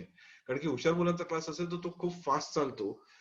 ते मुलं तो क्लास पळवतात लिटरली, म्हणजे क्लास पळवतात म्हणजे वर्ग पळवतात, आणि मग आपले मुलं मागे पडतात आणि त्यांना तो न्यूनगंड राहतो की अरे मला काही येत नाही, ते गप्प बसतात पण शिकत काहीच नाही. सो त्यामुळे ऍव्हरेज स्टुडंट कुठे जात आहेत त्याचा विचार करावा. मॉनिटरिंग अटेन्शन खूप चांगलं आहे का ह्याचा विचार करावा. आणि फॅकल्टी डाऊट सॉल्व्हिंग साठी अवेलेबल आहे का? म्हणजे वर्ग संपला, क्लास संपला, मी घरी गेल्यानंतर मला अभ्यास करायचा, अभ्यास करत असताना मला 2-3 गोष्टी अडल्या, तर मी फोनवरनं फॅकल्टीशी बोलू शकतो का, त्यांच्याशी डाऊट सॉल्व्हिंग करू शकतो का, किंवा व्हॉट्सअपवरनं करू शकतो का, या सगळ्याचा विचार असावा. आणि बाकी मी आता सांगेन 2-3 गोष्टी ज्या तुम्ही, एक शेवटच्या जी लाईन येणार आहे ना ती पालकांनी अगदी नोट करावी, की ही लाईन ती महत्वाची, की 2 गोष्टी अत्यंत ठामपणे तुम्ही क्लासवाल्यांशी बोला. एक म्हणजे की मला डेमो लेक्चर्स हवे आहेत, मला टीचर्स कसे आहेत ते बघायचे आहेत, म्हणजे टीचर्स 2-2, 3-3 लेक्चर झाल्यानंतर मी निर्णय घेईन. मला डेमो लेक्चर्स तुम्ही देणार नसलात तर तुमच्या रिझल्ट वरती बाकीच्या मुलांना काय वाटलं त्याच्यावरती मी ऍडमिशन घेणार नाहीये. दुसरी गोष्ट, तुमची 2 वर्षाची फी मी एकत्र भरणार नाहीये. तुम्ही 2 वर्ष शिकवणार आहात, तुम्ही जास्त म्हणजे अगदी महिन्याला नाही, पण 3 ते 4 किंवा 4-5 इन्स्टॉलमेंट मध्ये पैसे देईन. कारण की हे पैसे एकदा तुम्ही भरलेत की तुम्हाला परत मिळणार नाहीयेत. तुमच्या मुलाला पुढे कळलं नाही, काही झालं, काही कारणामुळे क्लास सोडायला लागला तरी, वाटेल ते झाले तरी हे पैसे परत मिळत नाहीत. तुम्ही कोर्टात जाऊन उपयोग होत नाही. 2-3-4 वर्ष कोर्टाच्या खेटा कोणी मारत नाही हे त्यांना माहितीये, आणि त्यामुळे हे कुठल्याही परिस्थितीत पैसे तुम्हाला परत मिळणार नाही. त्यामुळे 2 गोष्टी, की क्लास निवडत असताना एक डेमो लेक्चर कुठल्याही परिस्थितीत तुम्ही आग्रह करा. दुसरं, तुमचे ते रूल्स असतील, पण आम्ही जे काय तुमची फी आहे 2-2.5-3 लाख रुपये, ते आम्ही 2 वर्षाची फी इन्स्टॉलमेंट मध्येच भरू. हे 2 आग्रही भूमिका तुम्ही पालकांनी घ्याव्यात असं मला इथे वाटतं. तिसरी, याच्यानंतरचा एक प्रश्न आहे की इंटिग्रेटेड कोचिंग वरती मी बोलणार होतो. इंटिग्रेटेड कोचिंग मध्ये अगदी फास्ट सांगतो मी तुम्हाला की इंटिग्रेटेड कोचिंग हे शेवटच्या काही 1-2 स्लाइड्स पैकी स्लाइड्स आहेत. So I am also trying to tell you की we are left with around 10 minutes more maximum. So integrated coaching म्हणजे काय, तर क्लासेस आर कंडक्टेड समवेअर. म्हणजे फॉर एक्झाम्पल डेक्कन वरती किंवा मयूर कॉलनीत किंवा कुठेतरी क्लासेस चालू आहेत. म्हणजे कॉलेज कुठे तुमचं, तर कॉलेज कुठेतरी लांब आहे, राजगुरू नगरला आहे किंवा वाकडला आहे किंवा अजून कुठे, आणि त्या कॉलेजला जायची गरज नाहीये. तुमचं सगळं अटेंडन्स इथे मॅनेज होईल. अशा ठिकाणी म्हणजे थोडक्यात काय करताय तुम्ही की त्या कॉलेजला ऍडमिशन घेताय पण त्या कॉलेजला कधी जात नाहीये, अटेंडन्स सगळं मॅनेज होतोय. आणि हे मॅनेज शब्द खूप इंटरेस्टिंग. हे उद्या ही मॅनेजमेंट गडबडली की थोडक्यात त्या कॉलेजमध्ये उद्या जर इन्स्पेक्शन झाले तर तुमचा मुलगा तिथे दिसणार नाहीये. एकदा नाही दिसला, दोनदा नाही दिसला, तीनदा नाही दिसला तर, आणि हे नीट मॅनेज केलं नाही. मॅनेज हे शब्द काय ते मी आता तुम्हाला जास्त क्लिअर करत नाही. Everybody knows what it means. पण हे मॅनेज झालं नाही तर गव्हर्नमेंटने सांगितलं की आम्ही त्या मुलाला 12वी देण्यापासून डिबार करू, बिकॉज यू न्यू की अशा इंटिग्रेटेड कोचिंगला ऍडमिशन घ्यायची नाही तरी तुम्ही ऍडमिशन घेतली. So you are the first culprit. Coaching could be culprit but they are second culprit. So first action will be taken against student. म्हणजे थोडक्यात इंटिग्रेटेड कोचिंगला ऍडमिशन घेतली तर प्रॉब्लेम येऊ शकतो, पण there is a way out. There is another way of integrated coaching which is called synchronize approach. Synchronize approach म्हणजे थोडक्यात काय, परत लक्षात घ्या फरक. माझा क्लास डेक्कन वरती आणि कॉलेज कुठेतरी मी चालवतोय वाकडला, विच इज रॉंग. सो क्लासमध्ये कॉलेज असणं हे चुकीचं आहे, पण कॉलेजमध्ये क्लास असणं बरोबर आहे. म्हणजे थोडक्यात माझं कॉलेज आहे, माझं MITचं कॉलेज आहे, माझं अजून MTS नावाचं इथे कॉलेज आहे धोंडूमामा साठी इज व्हेरी नोन कॉलेज. किंवा अजून इव्हन कर्नाटक कॉलेज आहे, म्हणजे कॉलेज ज्युनियर कॉलेज आहे. मी जनरल कॉलेजेस सांगतोय. त्या कॉलेजेसच्या विसिनिटीमध्ये किंवा त्यांच्या आवारात जर क्लास चालत असेल तर तो अलाउड आहे, हे लक्षात घ्या. पण क्लासच्या आवारात कॉलेज अलाउड नाही. सो मी कॉलेजमध्ये ऍडमिशन घेतोय आणि मग नंतर कॉलेज संपल्यानंतर मी त्याच आवारामध्ये क्लास करतोय. So that is called synchronize approach. या सिंक्रोनाइज अप्रोच मध्ये मी स्ट्रॉंगली रेकमेंड करेन की तुम्ही आता कॅप राऊंड मधनं MTES ज्युनियर कॉलेज याचा विचार करा. They are very good in synchronizing approach या वेळेला. So this can be done. आणि इंटिग्रेटेड अप्रोच तुम्ही नक्की करावं. वन रूफ च्या अंडर तो कोचिंग फॅसिलिटी अवेलेबल असते. आणि आता तरी सगळे कॉलेजेस ऑनलाईन चालू आहेत. सो डिसेंबर पर्यंत मोस्टली आता म्हणजे जे आले की at least till the end of Diwali college काय क्लास काय सगळ्या गोष्टी ऑनलाईनच चालतील. So it is more synchronize approach. आणि मी परत एकदा सांगतो, Maharashtra technical education society MTES याचा विचार करावा तुम्ही. Okay. So next question, the last question is की बरेचसे ऍप्टिट्यूड चेक हे असतात, म्हणजे ऍप्टिट्यूड चेक करणारे संस्था आहेत आणि खूप फिंगर प्रिंटिंग आहे, पाम आहे, अजून काय काय हँड रायटिंग आहे, मग त्याच्यावर ऍप्टिट्यूड चेक होते. मला असं वाटतं की जी सायकोमेट्रिक टेस्ट ऍप्टिट्यूडची सगळ्यात चांगली, म्हणजे अगदी मी स्ट्रॉंगली रेकमेंड करेन की ज्ञान प्रवर्धनची टेस्ट आहे. माझ्याकडे ही टेस्ट होते. म्हणजे आता मागे तुम्ही बघितलं असेल की कॅट नावाची जी परीक्षा, त्याच्याबद्दल मी बोलेन की ती कोणाला जर परीक्षा द्यायची असेल ती परीक्षा तुम्ही देऊ शकतात. आणि कसं असतं, एवढ्या प्रकारचे इंटेलिजन्स आहेत. म्हणजे तुम्ही बघितलं तर नॅचरलिस्ट, म्युझिक. इथे मी थोडंसं एक एक्सप्लेन करतो की इथे तुम्ही वरती बघितलं तर समथिंग कॉल्ड स्पॅशियल. स्पॅशियल म्हणजे एखाद्या मुलाला तुम्ही समजा विचारलं की अरे समोरच्या खोलीमध्ये किंवा ग्राउंड वरती साधारण किती खुर्च्या मावू शकते, तर तो अंदाज घेऊन सांगू शकतो की हा मला वाटतं सर 100-125 खुर्च्या मावतील. पण दुसरा मुलगा हे सांगू शकत नाही. सो दॅट इज कॉल्ड, मग हे कुठून येतं, हे इनहेरंट कुठून तरी आहे, हे त्याचं नॉलेज कुठेतरी इनहेरंट आहे. आणि त्याचा अर्थ काय की this person if properly coach and properly given guidance he can become a very good architect. It is as simple. जर प्रत्येकाची असं एक टाईप ऑफ इंटेलिजन्स असतात. आणि ऍप्टिट्यूड टेस्ट जनरली काय करतात तर एरिया ऑफ स्ट्रेंथ काय आहेत, त्यानंतर अवेलेबल व्हेरियस ऑप्शन्स काय आहेत ह्याची एक निगड बांधतात. आणि मग तुम्हाला सांगतात की तुम्ही कुठलं करिअर करावं आणि कुठल्या करिअरला स्कोप आहे, आणि त्याप्रमाणे तुम्ही त्या करिअरला जायला सांगतात. आणि त्यामुळे 10+2 मध्ये तुम्ही आर्ट्स करायचं, कॉमर्स करायचं का सायन्स करायचं, त्याच्यामध्ये सुद्धा तुम्ही सायन्स केलं तर इंजिनिअरिंग करा, इथपर्यंत ऍप्टिट्यूड टेस्ट सांगतात. आणि सांगत नाहीत तो फक्त हा प्रकार आहे की ability to take what examination. No what is this, this is very important. म्हणजे आतापर्यंत सगळ्या ऍप्टिट्यूड टेस्ट तुम्हाला इथपर्यंत आणून सोडतील दारामध्ये की तुम्ही सायन्स करा. सायन्स केल्यानंतर बहुतेक आम्हाला असं वाटतं की इंजिनिअरिंग केलं तर तुम्ही चांगलं करू शकाल. पण आता त्याच्या पुढचा प्रश्न आहे की इंजिनिअरिंग कुठल्या लेवलचं करू. So what is a level, याच्यावर तुम्ही 2 मिनिटं फक्त तुमच्याशी बोलतो. इथे डावीकडे प्रत्येक करिअर येईल, त्या प्रत्येक करिअरला जाण्यासाठी 3 मार्ग असतात. इंजिनिअरिंग, मी इंजिनिअरिंग एक्सप्लेन करतो, बाकीच्या गोष्टी तुम्हाला लगेच तशा कळतील. Okay. So first is primarily topmost, म्हणजे IIT IST is the topmost level. त्यानंतर NIT, IIIT, CFI, NISER is the second level. किंवा मग थर्ड लेवल काय की engineering colleges in state like CIP, VJTI, VIT, MIT, Cummins, हे third level of getting in to. ह्या level ह्या कुठल्याही प्रकारे या इंजिनिअरिंग कॉलेजच्या स्टँडर्ड्स मी इथे सांगत नाहीये. मी एवढं सांगतो की ह्याला लागणारी जी एंट्रन्स एक्झामिनेशन आहे, हे वेगवेगळी आहे आणि ह्या एंट्रन्स एक्झामला लागणारी जी तयारी आहे, अभ्यासाचा प्रकार आहे, त्याची ही लेवल आहे. म्हणजे मी कुठल्या लेवलचा अभ्यास करू शकतो ही क्षमता माझ्यात आहे. उद्या मी IIT ची अभ्यास करू शकतो का, ही क्षमता माझ्यात आहे का, हे ओळखून मग त्या लेव्हलच्या परीक्षेसाठीचा अभ्यास करायला चालू केलं पाहिजे. सो 11वीत असताना आपल्याला फक्त हे माहिती असणं उपयोगाचं नाही की मी इंजिनियर व्हावं, तर मी इंजिनिअरिंग IIT मधनं करू शकतो, सो मी IIT चा क्लास लावतो. किती सिंपल आहे बघा. मी इंजिनिअरिंग करू शकतो पण मी IIT चे लेव्हल गाठू शकणं थोडंसं अवघड आहे, मग मी IIT च्या भानगडीत पडणार नाही. मी हा दुसरा क्लास लावतो की जो JEE मेन्स पर्यंत घेऊन जाईल. त्याही भानगडीत पडू नकोस राजा, तू CET ची परीक्षा दे आणि सुखी राहा. हे जर कळलं तर किती पुढचे प्रॉब्लेम सुटतील हे लक्षात घ्या. प्रत्येक पालकांनी ते विचार केला पाहिजे. आणि त्यामुळे असे प्रत्येक ठिकाणी आहेत. मेडिकलला सुद्धा असे 3 प्रकार असू शकतात. प्युअर सायन्स आणि रिसर्च मध्ये 3 प्रकार आहेत. त्यानंतर आर्किटेक्चरला 3 प्रकार आहेत, डिझायनिंगला आहेत, फार्मसीला आहेत, बायोटेकला आहेत, ऍग्रिकल्चर फिशरीजला मात्र फक्त लास्ट टीचरला जाता येतं. So do you realize that every career has 3 doors depending upon your ability to give the entrance examination. So this ability मी पुढे दिले की this are called level 3 studies, level 4 studies, level 5 studies. ह्या level of studies काय आहेत हे सुद्धा मी कुठेतरी नंतर, म्हणजे I also have a webinar on study habits, म्हणजे त्याच्यावरती माझा परवाच एक वेबिनार झाला. त्याच्यामध्ये लेवल 3, लेवल 4, लेवल 5 चा अभ्यास म्हणजे काय हे खूप डिटेलमध्ये एक्सप्लेन केलं. अभ्यास कसा करावा हे पण मी सांगितलंय. So may be if you want I can share that webinar. That is a recorded webinar, म्हणजे you can check that webinar also.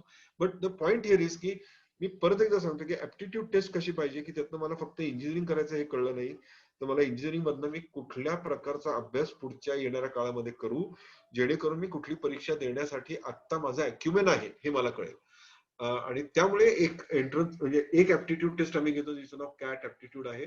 आता 10वीचे बरेच मुलं आतापर्यंत ह्या परीक्षेला बसलेत. Pattern of examination very simple ह्या पॅटर्न वरती घेतली जाते. मी मुलांना सांगेन की कुठल्याही प्रकारचा अभ्यास करू नका. ही ऑनलाईन परीक्षा आहे. त्यामुळे ऑनलाईन परीक्षा कधी आहे तर 9 ऑगस्टला ही परीक्षा होईल. 9 ऑगस्टला तुम्हाला परीक्षा द्यायची असेल तर तुम्ही ही परीक्षेसाठी एनरोल करू शकता.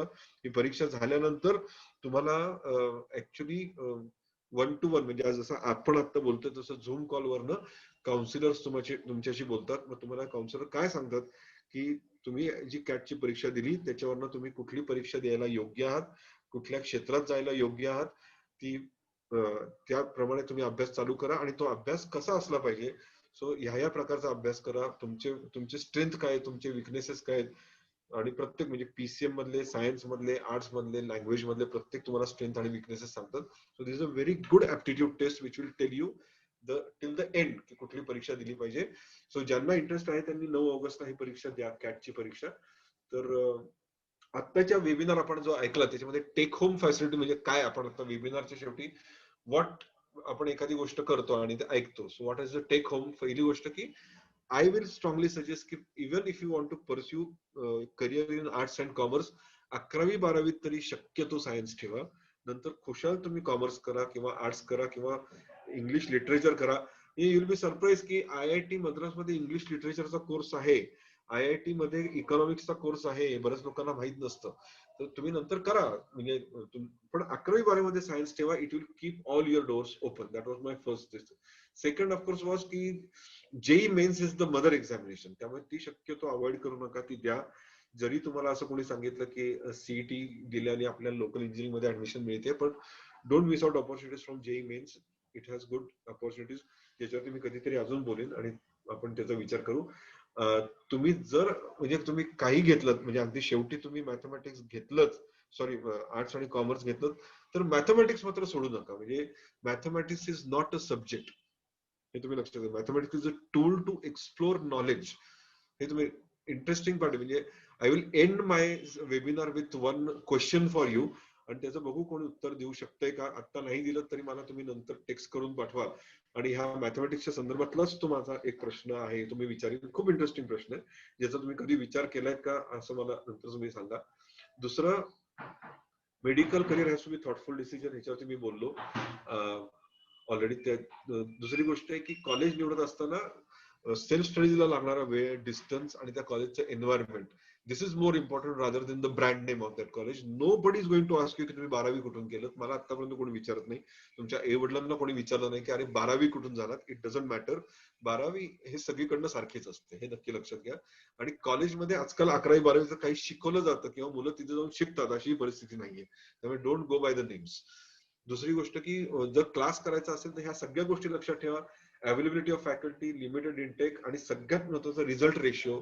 आणि मी सांगितलं तसं की क्लासवाल्यांना 2 गोष्टी नक्की विचारा की तुम्ही मला डेमो लेक्चर देणार का, आणि दुसरं मी फी काही झालं तरी एक रकमी भरणार नाही, ही दुसरी गोष्ट त्यांना सांगा. इंटिग्रेटेड अप्रोच करायचा असेल तर मी तुम्हाला आता कॉलेज सजेस्ट केलं होतं की MTS कॉलेज जे आहे ते चांगलं आहे. तिथे तुम्ही चेक करा किंवा माझ्याकडनं त्यांचा फोन नंबर घेऊ शकता तुम्ही. It is a reputed. MTES college म्हणजे ते कॉलेज त्यांचं ज्युनियर कॉलेज आहे, which is Maharashtra technical education society. त्यांची दुसरी 2 कॉलेज म्हणजे धोंडोबासाठी homeopathy college which is number 1 homeopathy college in Maharashtra, आणि सांगलीचं वालचंद इंजिनिअरिंग कॉलेज, ही त्यांची 2 कॉलेजेस आहेत. So it is not a private new body, it is a very old institution आणि they do a very good job for junior colleges also. So हे तुम्ही नक्की check करा. Even if you are not chosen the stream आणि area, तरी higher examination साठी म्हणजे मी असं स्ट्रॉंगली रेकमेंड करेन की कॅटची परीक्षा द्या. आता 9 तारखेला आहे. सो कॅटची परीक्षा कशी द्यायची, तर ह्या नंबरवरचे तुम्ही फोन करा, नंबर नोट करून ठेवा, म्हणजे तुम्हाला कॅटची परीक्षेची लोक आहेत ते तुम्हाला गाईड करतील. किंवा त्यांची वेबसाईट आहे www.after10th.com, या वेबसाईट वरती जाऊन तुम्ही हे करू शकता. सो आजच्या या रोटरीच्या प्लॅटफॉर्म वरनं आज मला हे मिळालं, म्हणजे इथपर्यंत तुमच्याशी बोलायला सगळ्यांशी मिळालं. हा मी रेकॉर्ड पण करून ठेवलाय. तर आता बाकीचेही there are other clubs which are associated with us today with university, Pune university club. मी त्यांना सांगेन की तुम्हाला पाहिजे असेल तर हे रेकॉर्डेड लेक्चर आपण तुमच्याशी शेअर करू, आणि मग ते रेकॉर्डेड लेक्चर जेवढ्या लोकांपर्यंत तुम्हाला पोहोचवता येईल, कारण की खूप लोकांना आजचा सेमिनार कसा असेल किंवा त्यात कुठले प्रश्न आपण ऍड्रेस करू ह्याची कल्पना नव्हती. पण आता जर ती कल्पना झाली असेल आणि तुम्हाला जर हा सेमिनार आवडला असेल, तर you can always definitely share that recorded version with lot of people. So now I'm open for some questions because we have some 10 minutes more. Uh, so please go ahead. सगळ्या पार्टिसिपेंट्सनी प्रश्न विचारावेत अशी अपेक्षा आहे.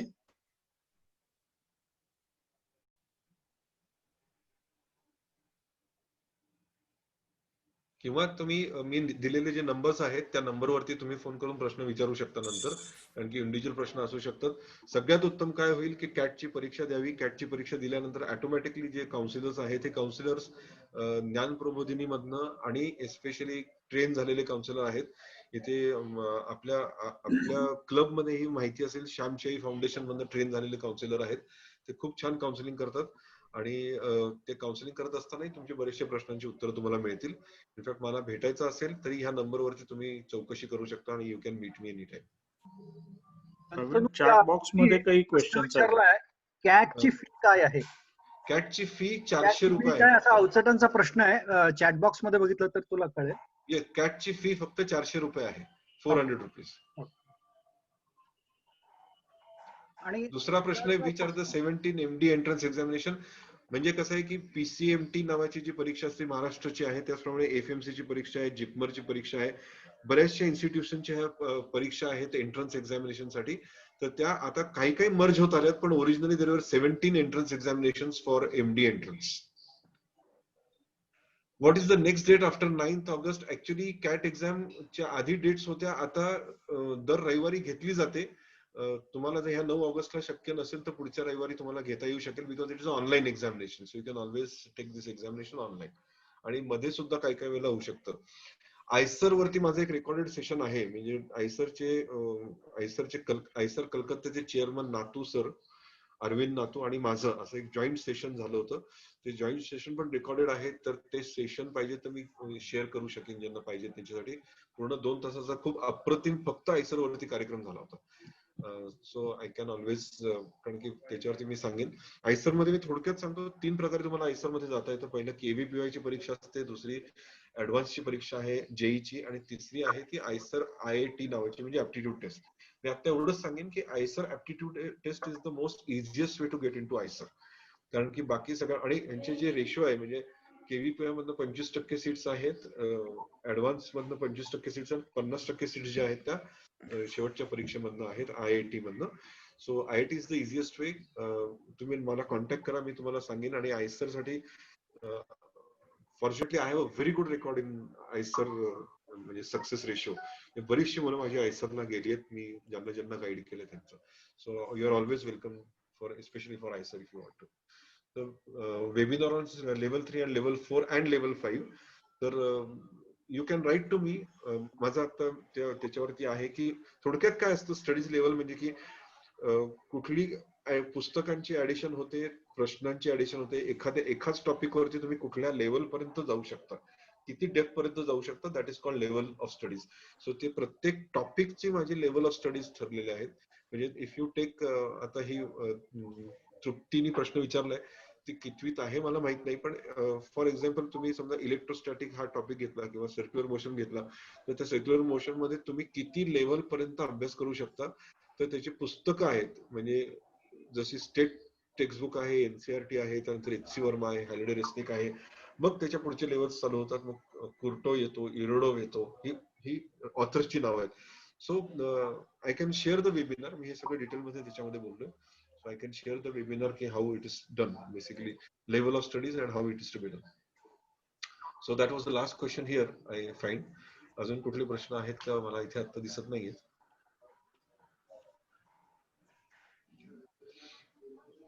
So I think partners प्रोजेक्टचे सिनियरचे पार्टनर्सचे जे presidents आहेत, देवदत्त आपटे, किरण इंगळे आणि घोडेकर, यांना काही बोलायचं आहे का? It was very excellent, well explained. Thank you. मी सगळ्याच रोटरीच्या जे बाकीचे प्रेसिडेंट आले त्यांना नक्की सांगेन की ह्या वर्षी कोविडमुळे आपण ह्याच्यावरती घेतलाय, पण हाच पर्टिक्युलर सेमिनार मी दरवर्षी गेले 5 वर्ष करतोय. अजून ह्याच्यामध्ये बरेचसे प्रश्न कव्हर करतो. आज 1 तासाची लिमिट होती म्हणून, नाहीतर 2-2.5 तास माझा सेमिनार एक सिंगल स्टँडअप प्रोग्राम सारखा तो चालतो. आणि शक्य असेल तर आपण प्रत्येक रोटरी मध्ये पुढच्या वर्षी आपण हा कंडक्ट करूया लाईव्ह. म्हणजे बहुतेक तोपर्यंत we will get over this covid situation, I am sure about it. आणि we can I think conduct it live. कारण की हे प्रोग्राम जेव्हा 1 to 1 प्रेक्षकांसमोर होतात तेव्हा खूप छान, जास्त खूप लाईव्ह होतात आणि त्यातनं खूप प्रश्न निर्माण होतात. बरोबर आहे. Yes sir. शंतनू सर, हो, मला एक प्रश्न असा विचारायचा आहे. आता मी स्वतः आर्किटेक्ट आहे, मी सायन्स स्ट्रीम मधून आर्किटेक्चर झालं माझं. नाही ऐकू येत नाही मला. हॅलो, हा, जरा मोठ्यांदी बोलाल का? एक सेकंड. येतोय आवाज? हो हो, येतोय, बोला. ओके. मला एक विचारायचं आहे की आर्किटेक्चर स्ट्रीम साठी आहे ना, बऱ्याच मी प्रेझेंटेशन मध्ये पाहिलं की आर्ट्स आणि कॉमर्स मधून सुद्धा आर्किटेक्चर ऍडमिशन घेता येते. आता मी स्वतः सायन्स स्ट्रीम मधून आर्किटेक्चर केले, पण मग बाकीच्या स्ट्रीम मधून आर्किटेक्चरची प्रक्रिया कशी आहे? बरं, मी सांगतो. आर्किटेक्चरचे 2 प्रकार आहेत. एक आहे की ज्याला आपण सायंटिफिक आर्किटेक्चर म्हणू शकतो. सो IIT मधनं जर तुम्हाला करायचं असेल तर मग तर तुम्हाला सायन्सच लागतं, तिथून आर्ट्स आणि कॉमर्सला ऑप्शन नाही. आणि IIT मध्ये परीक्षा पहिली JEE मेन्सची पार्ट 2 ची परीक्षा द्यायला लागते. त्यानंतर तुम्हाला JEE मेन्सची परीक्षा दिल्यानंतर ऍडव्हान्सची परीक्षा क्लिअर व्हायला लागते. ऍडव्हान्सच्या परीक्षेनंतर आर्किटेक्चरची परीक्षा आहे ती द्यायला लागते. So then you can do architecture from IIT, basically IIT Kharagpur वगैरे, म्हणजे याला आपण स्ट्रक्चरल इंजिनिअरिंगचा एक दुसरा भाग म्हणतो तोही आहे. पण दिस आर बीटेक डिग्रीज. जी नॉर्मल परीक्षा आहे ज्याला आपण नाटा म्हणतो, जी नाटा परीक्षा आहे त्याच्यासाठी आर्ट्स आणि कॉमर्सचे विद्यार्थी पण करू शकतात, पण त्यांचं मॅथमॅटिक्स पाहिजे, हा एक अट आहे की त्यांनी जरी आर्ट्स आणि कॉमर्स घेतला असेल तरी तिचं मॅथमॅटिक्स पाहिजे. आणि त्यामुळे काय होतं की या नाटाच्या परीक्षेमध्ये बहुतेक वेळेला जे विद्यार्थी सिलेक्ट होतात ते सायन्सचे जास्त प्रमाणात होतात, कारण की त्यांचं बाकीच्यांचं थोडंसं मॅथमॅटिक्स वीक पडतं आर्ट्स आणि कॉमर्सच्या विद्यार्थ्यांचं. पण आणि काय मी परत एकदा सांगेन की युजली आर्किटेक्चरची पण परिस्थिती अशी झाली आहे. आता हा प्रश्न मी विचारला म्हणून की मी जेव्हा 10-12 वर्षापूर्वी 10वीच्या वर्गातनं विचारला जायचो मुलांना की आर्किटेक्ट किती लोक होणार, तेव्हा 2 हात वरती जायचे. आता परिस्थिती अशी झाली की जवळजवळ अर्धा वर्ग हात वरती करतो की मला आर्किटेक्चर करायचंय, कारण की त्यांना ते बहुतेक सोपं वाटतं की इंजिनिअरिंग आणि मेडिसिनला जाण्यापेक्षा आपण आर्किटेक्चर केलं की आई वडिलांचे जरा शांत होतील, अभ्यासाच्या मागे लागणार नाही, हा एक हेतू असू शकतो. पण आता झालंय काय त्यामुळे की बरीचशी मुलं आर्किटेक्चरला जातात आणि जेवढे डिमांड म्हणल्यानंतर तेवढे मशरूम ग्रोथ होतात. असंख्य आर्किटेक्चरच्या कॉलेजेस उघडलेत, पण तेवढ्या आर्किटेक्चरची गरज आहे का, हा पहिला प्रश्न आहे. आणि लिटरली तिकडे तो रेशो, जशी इंजिनिअरिंगची परिस्थिती झाली तशीच त्यांची परिस्थिती झाली आहे. इंजिनिअरिंगची उदाहरण देतो मी, 1,60,000 सीट महाराष्ट्रात आहेत, त्याच्यापैकी 35,000 सीट्स तर रिकाम्या जातात. आणि कित्येक इंजिनिअरिंग एक जास्तीत जास्त 10,000 इंजिनियर सोडले तर बाकीच्यांना जॉब्स पण मिळत नाहीत. बट इट मीन की देर आर हँडफुल ऑफ आर्किटेक्चर असू दे किंवा इंजिनिअरिंग असू दे किंवा बाकीचे असू दे, डिझायनिंग असू देत, handful of colleges which are doing extremely well, which has very good careers, but there are majority of colleges which are not able to give. So ह्या वेळेला मी असं म्हणेन की जर चांगल्या आर्किटेक्चरमध्ये तुमच्या ऍडमिशन नाही झाली तर तुम्हाला इंजिनिअरिंगचं ऑप्शन ओपन राहतं if you are a science student. हा मला उद्देश होता सांगायचा. तर त्यामुळे आर्ट्स आणि कॉमर्सला आहे जरूर, बट शक्य असेल तर सायन्स मधनं कंटिन्यू करावं, कारण की that will keep all the possible doors open.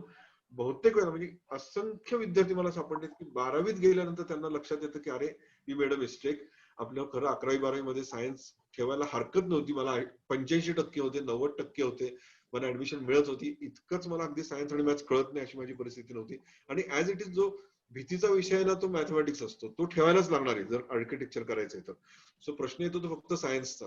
आणि त्यामुळे मला असं वाटतं की yes, if you talk technically तर arts and commerce students are eligible, but I will always recommend की you take science even if you want to get in to architecture, आणि even for designing for that matter. Designing सुद्धा arts आणि commerce मधून जाता येतं, पण सायन्सच्या मुलांना जास्त चांगले, कारण की डिझायनिंग म्हणजे आता मी डिझायनिंग मुद्दा आला म्हणून मुद्दाम बोलतो की तिथे बीडेस नावाची डिग्री आहे. बीडेस ही प्रायमरली आता एक गेल्या 7-8 वर्षात चालवलेली डिग्री आहे.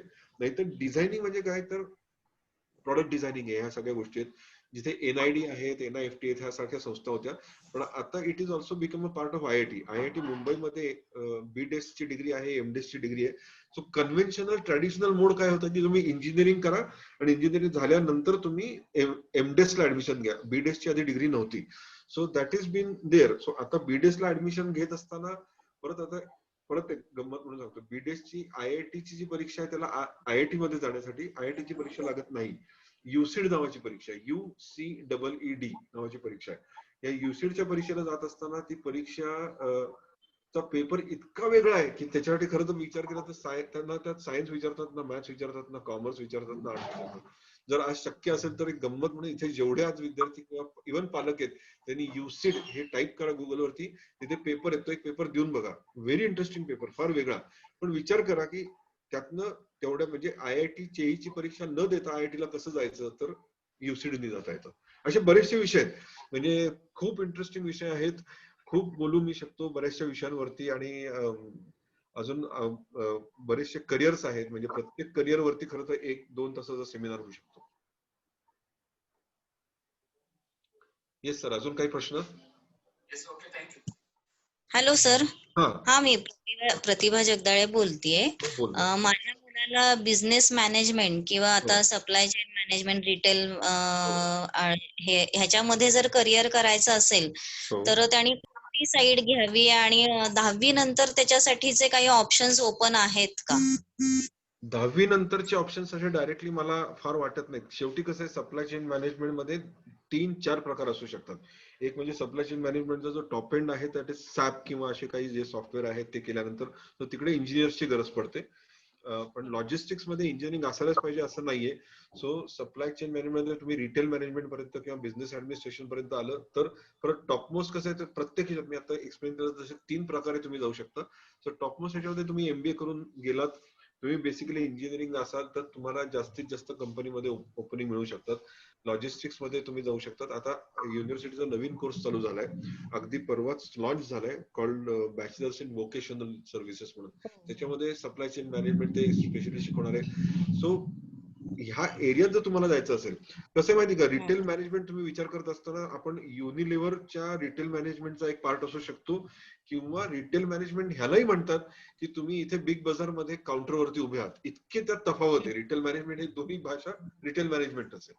पण आता तुम्ही त्याच्या कुठे आहात आणि कुठल्या लेवलवरनं तुम्हाला काम करायचंय, फॉर दॅट इट डिपेंड्स की तुम्ही कुठल्या लेवलच्या इन्स्टिट्यूट जॉईन करता. फॉर एक्झाम्पल रिटेल मॅनेजमेंट किंवा आता बिझनेस मॅनेजमेंट सांगितलं हा मोस्ट प्रॉब्ली ग्रॅज्युएशन नंतरचा विषय आहे. ग्रॅज्युएशन करत असताना मी असं स्ट्रॉंगली सांगेन की तुम्ही काही ग्रॅज्युएशन केलं तरी तुम्ही MBA करू शकाल, पुढे जाऊ शकाल, रिटेल मॅनेजमेंट करू शकाल. पण त्यातलं बेसिक जर चांगल्या ठिकाणी तुम्हाला वरच्या लेवलवर जायचं असेल तर आता तरी 11वी-12वी शक्य तुम्ही म्हणलं तसं की तुम्ही आता सायन्स आणि मॅथ्स सोडू नका, ते कंटिन्यू करा आणि कंटिन्यू केल्यानंतर तुम्हाला जास्त त्याचा उपयोग होईल, कारण की यू विल रिअलाइज की more doors are open later on. पण आता म्हणजे 12वी नंतर बिवोक जे आहे तर त्या हो. दिवशी पण मी वेबिनार अटेंड केलं होतं. हो. मग त्याचा सगळा आधीचा पार्ट म्हणून ते HSVC जे 10वी नंतरच्या मुलांसाठी गरज आता नाहीये. नाही, त्याची गरज नाही. HSVC ची गरज नाहीये. HSVC म्हणजे व्होकेशनलचा जो भाग होता त्याची गरज नाहीये. 12वी कोणी केलं असलं तरी तिथे ऍडमिशन मिळू शकते, कुठल्याही याच्यात स्ट्रीम मधलं. Okay okay, thank you sir. हो, आले 2 मिनिटे चालेल. आता जो हा प्रश्न विचारला वेबिनार त्याच्यावरती थोडंसं अजून एक उत्तर देतो, वेगळ्या प्रकारचं उत्तर, की असं पण एक गैरसमज आहे लोकांचा की बायफोकल घेतलं की इंजिनिअरिंगला ऍडमिशन सोपी जाते. तसाही काही संबंध नाहीये. बायफोकल मध्ये तुम्ही मेकॅनिकल घ्या तर तुम्हाला मेकॅनिकल इंजिनिअरिंगला ऍडमिशन सोपी जाईल किंवा ऍडमिशनला काही सीट्स असतील. मी मुद्दामून सांगतोय, जसं HCVCचा म्हणजे व्होकेशनल डिपार्टमेंटचा पुढच्या व्होकेशनल डिग्रीशी काही संबंध नाही, कोणीही 12वी झालेला मुलगा जाऊ शकतो. जसं बायफोकल मध्ये तुम्ही काय घेतलं होतं याचा इंजिनिअरिंगशी संबंध नाही. Bifocal is a subject in 12th. It has no connection with your engineering degree. Yes. So अजून काही प्रश्न आहेत?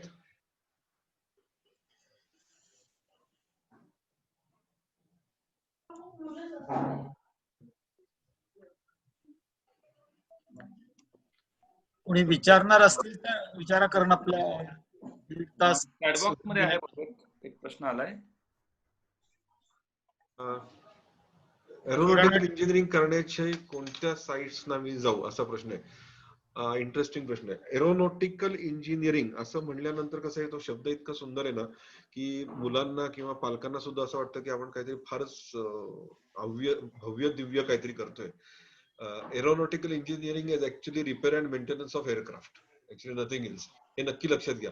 सो मी मुलांना पहिले असा प्रश्न विचारतो की तिथले एअरक्राफ्ट काढून टाका, तिथे स्कूटर ठेवा, आवडेल का तुम्हाला? तर तुम्हाला बेसिकली आयुष्यभर रिपेअर आणि मेंटेनन्स करायला आवडेल का? That is aeronautical engineering.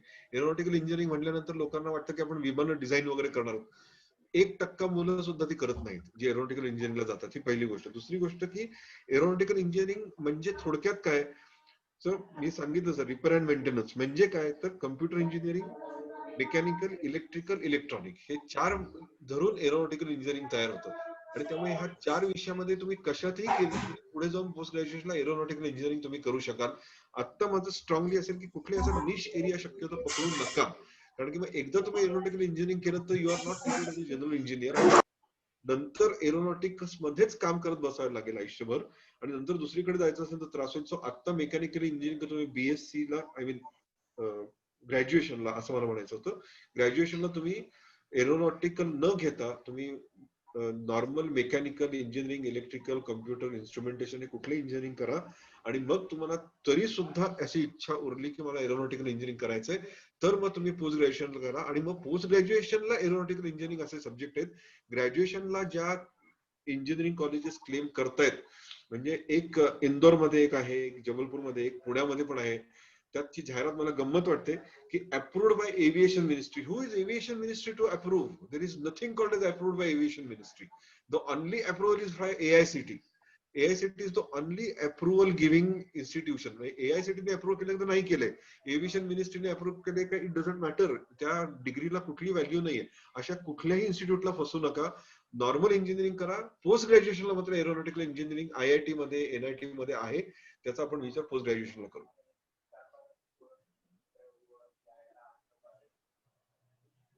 Yes.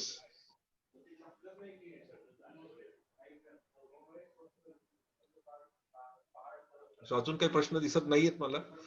So मला वाटतं मला वाटतं प्रश्न संपलेले असतील. हो. तर मी विशालजींना रिक्वेस्ट करतो की त्यांनी क्लोजिंग रिमार्क्स आणि व्होट ऑफ थँक्स द्यावेत. Thank you president. Thank you very much doctor Shantanu Deshpande. फारच उत्तम सेमिनार झाला हा. माझ्या ते अनेक लोकांचे अनेक डाऊट्स क्लिअर केले तुम्ही. So first of all thank you to you. On behalf of Rotary Club of Pune University, thank you to our co-host clubs, Rotary Club of Pune Prabhat, Rotary Club of Pune Sahwas, as well as Rotary Club of Narayanggaon. त्यांचे president आणि secretary यांचे पण मी आभार मानतो. आणि last and not the list, all the participants जे या प्रोग्रामला जॉईन झाले आणि पूर्ण वेळ बसून राहिले. मी बघत होतो की सगळे पार्टिसिपंट ऑलमोस्ट आपले पूर्ण वेळ बसलेले आहेत.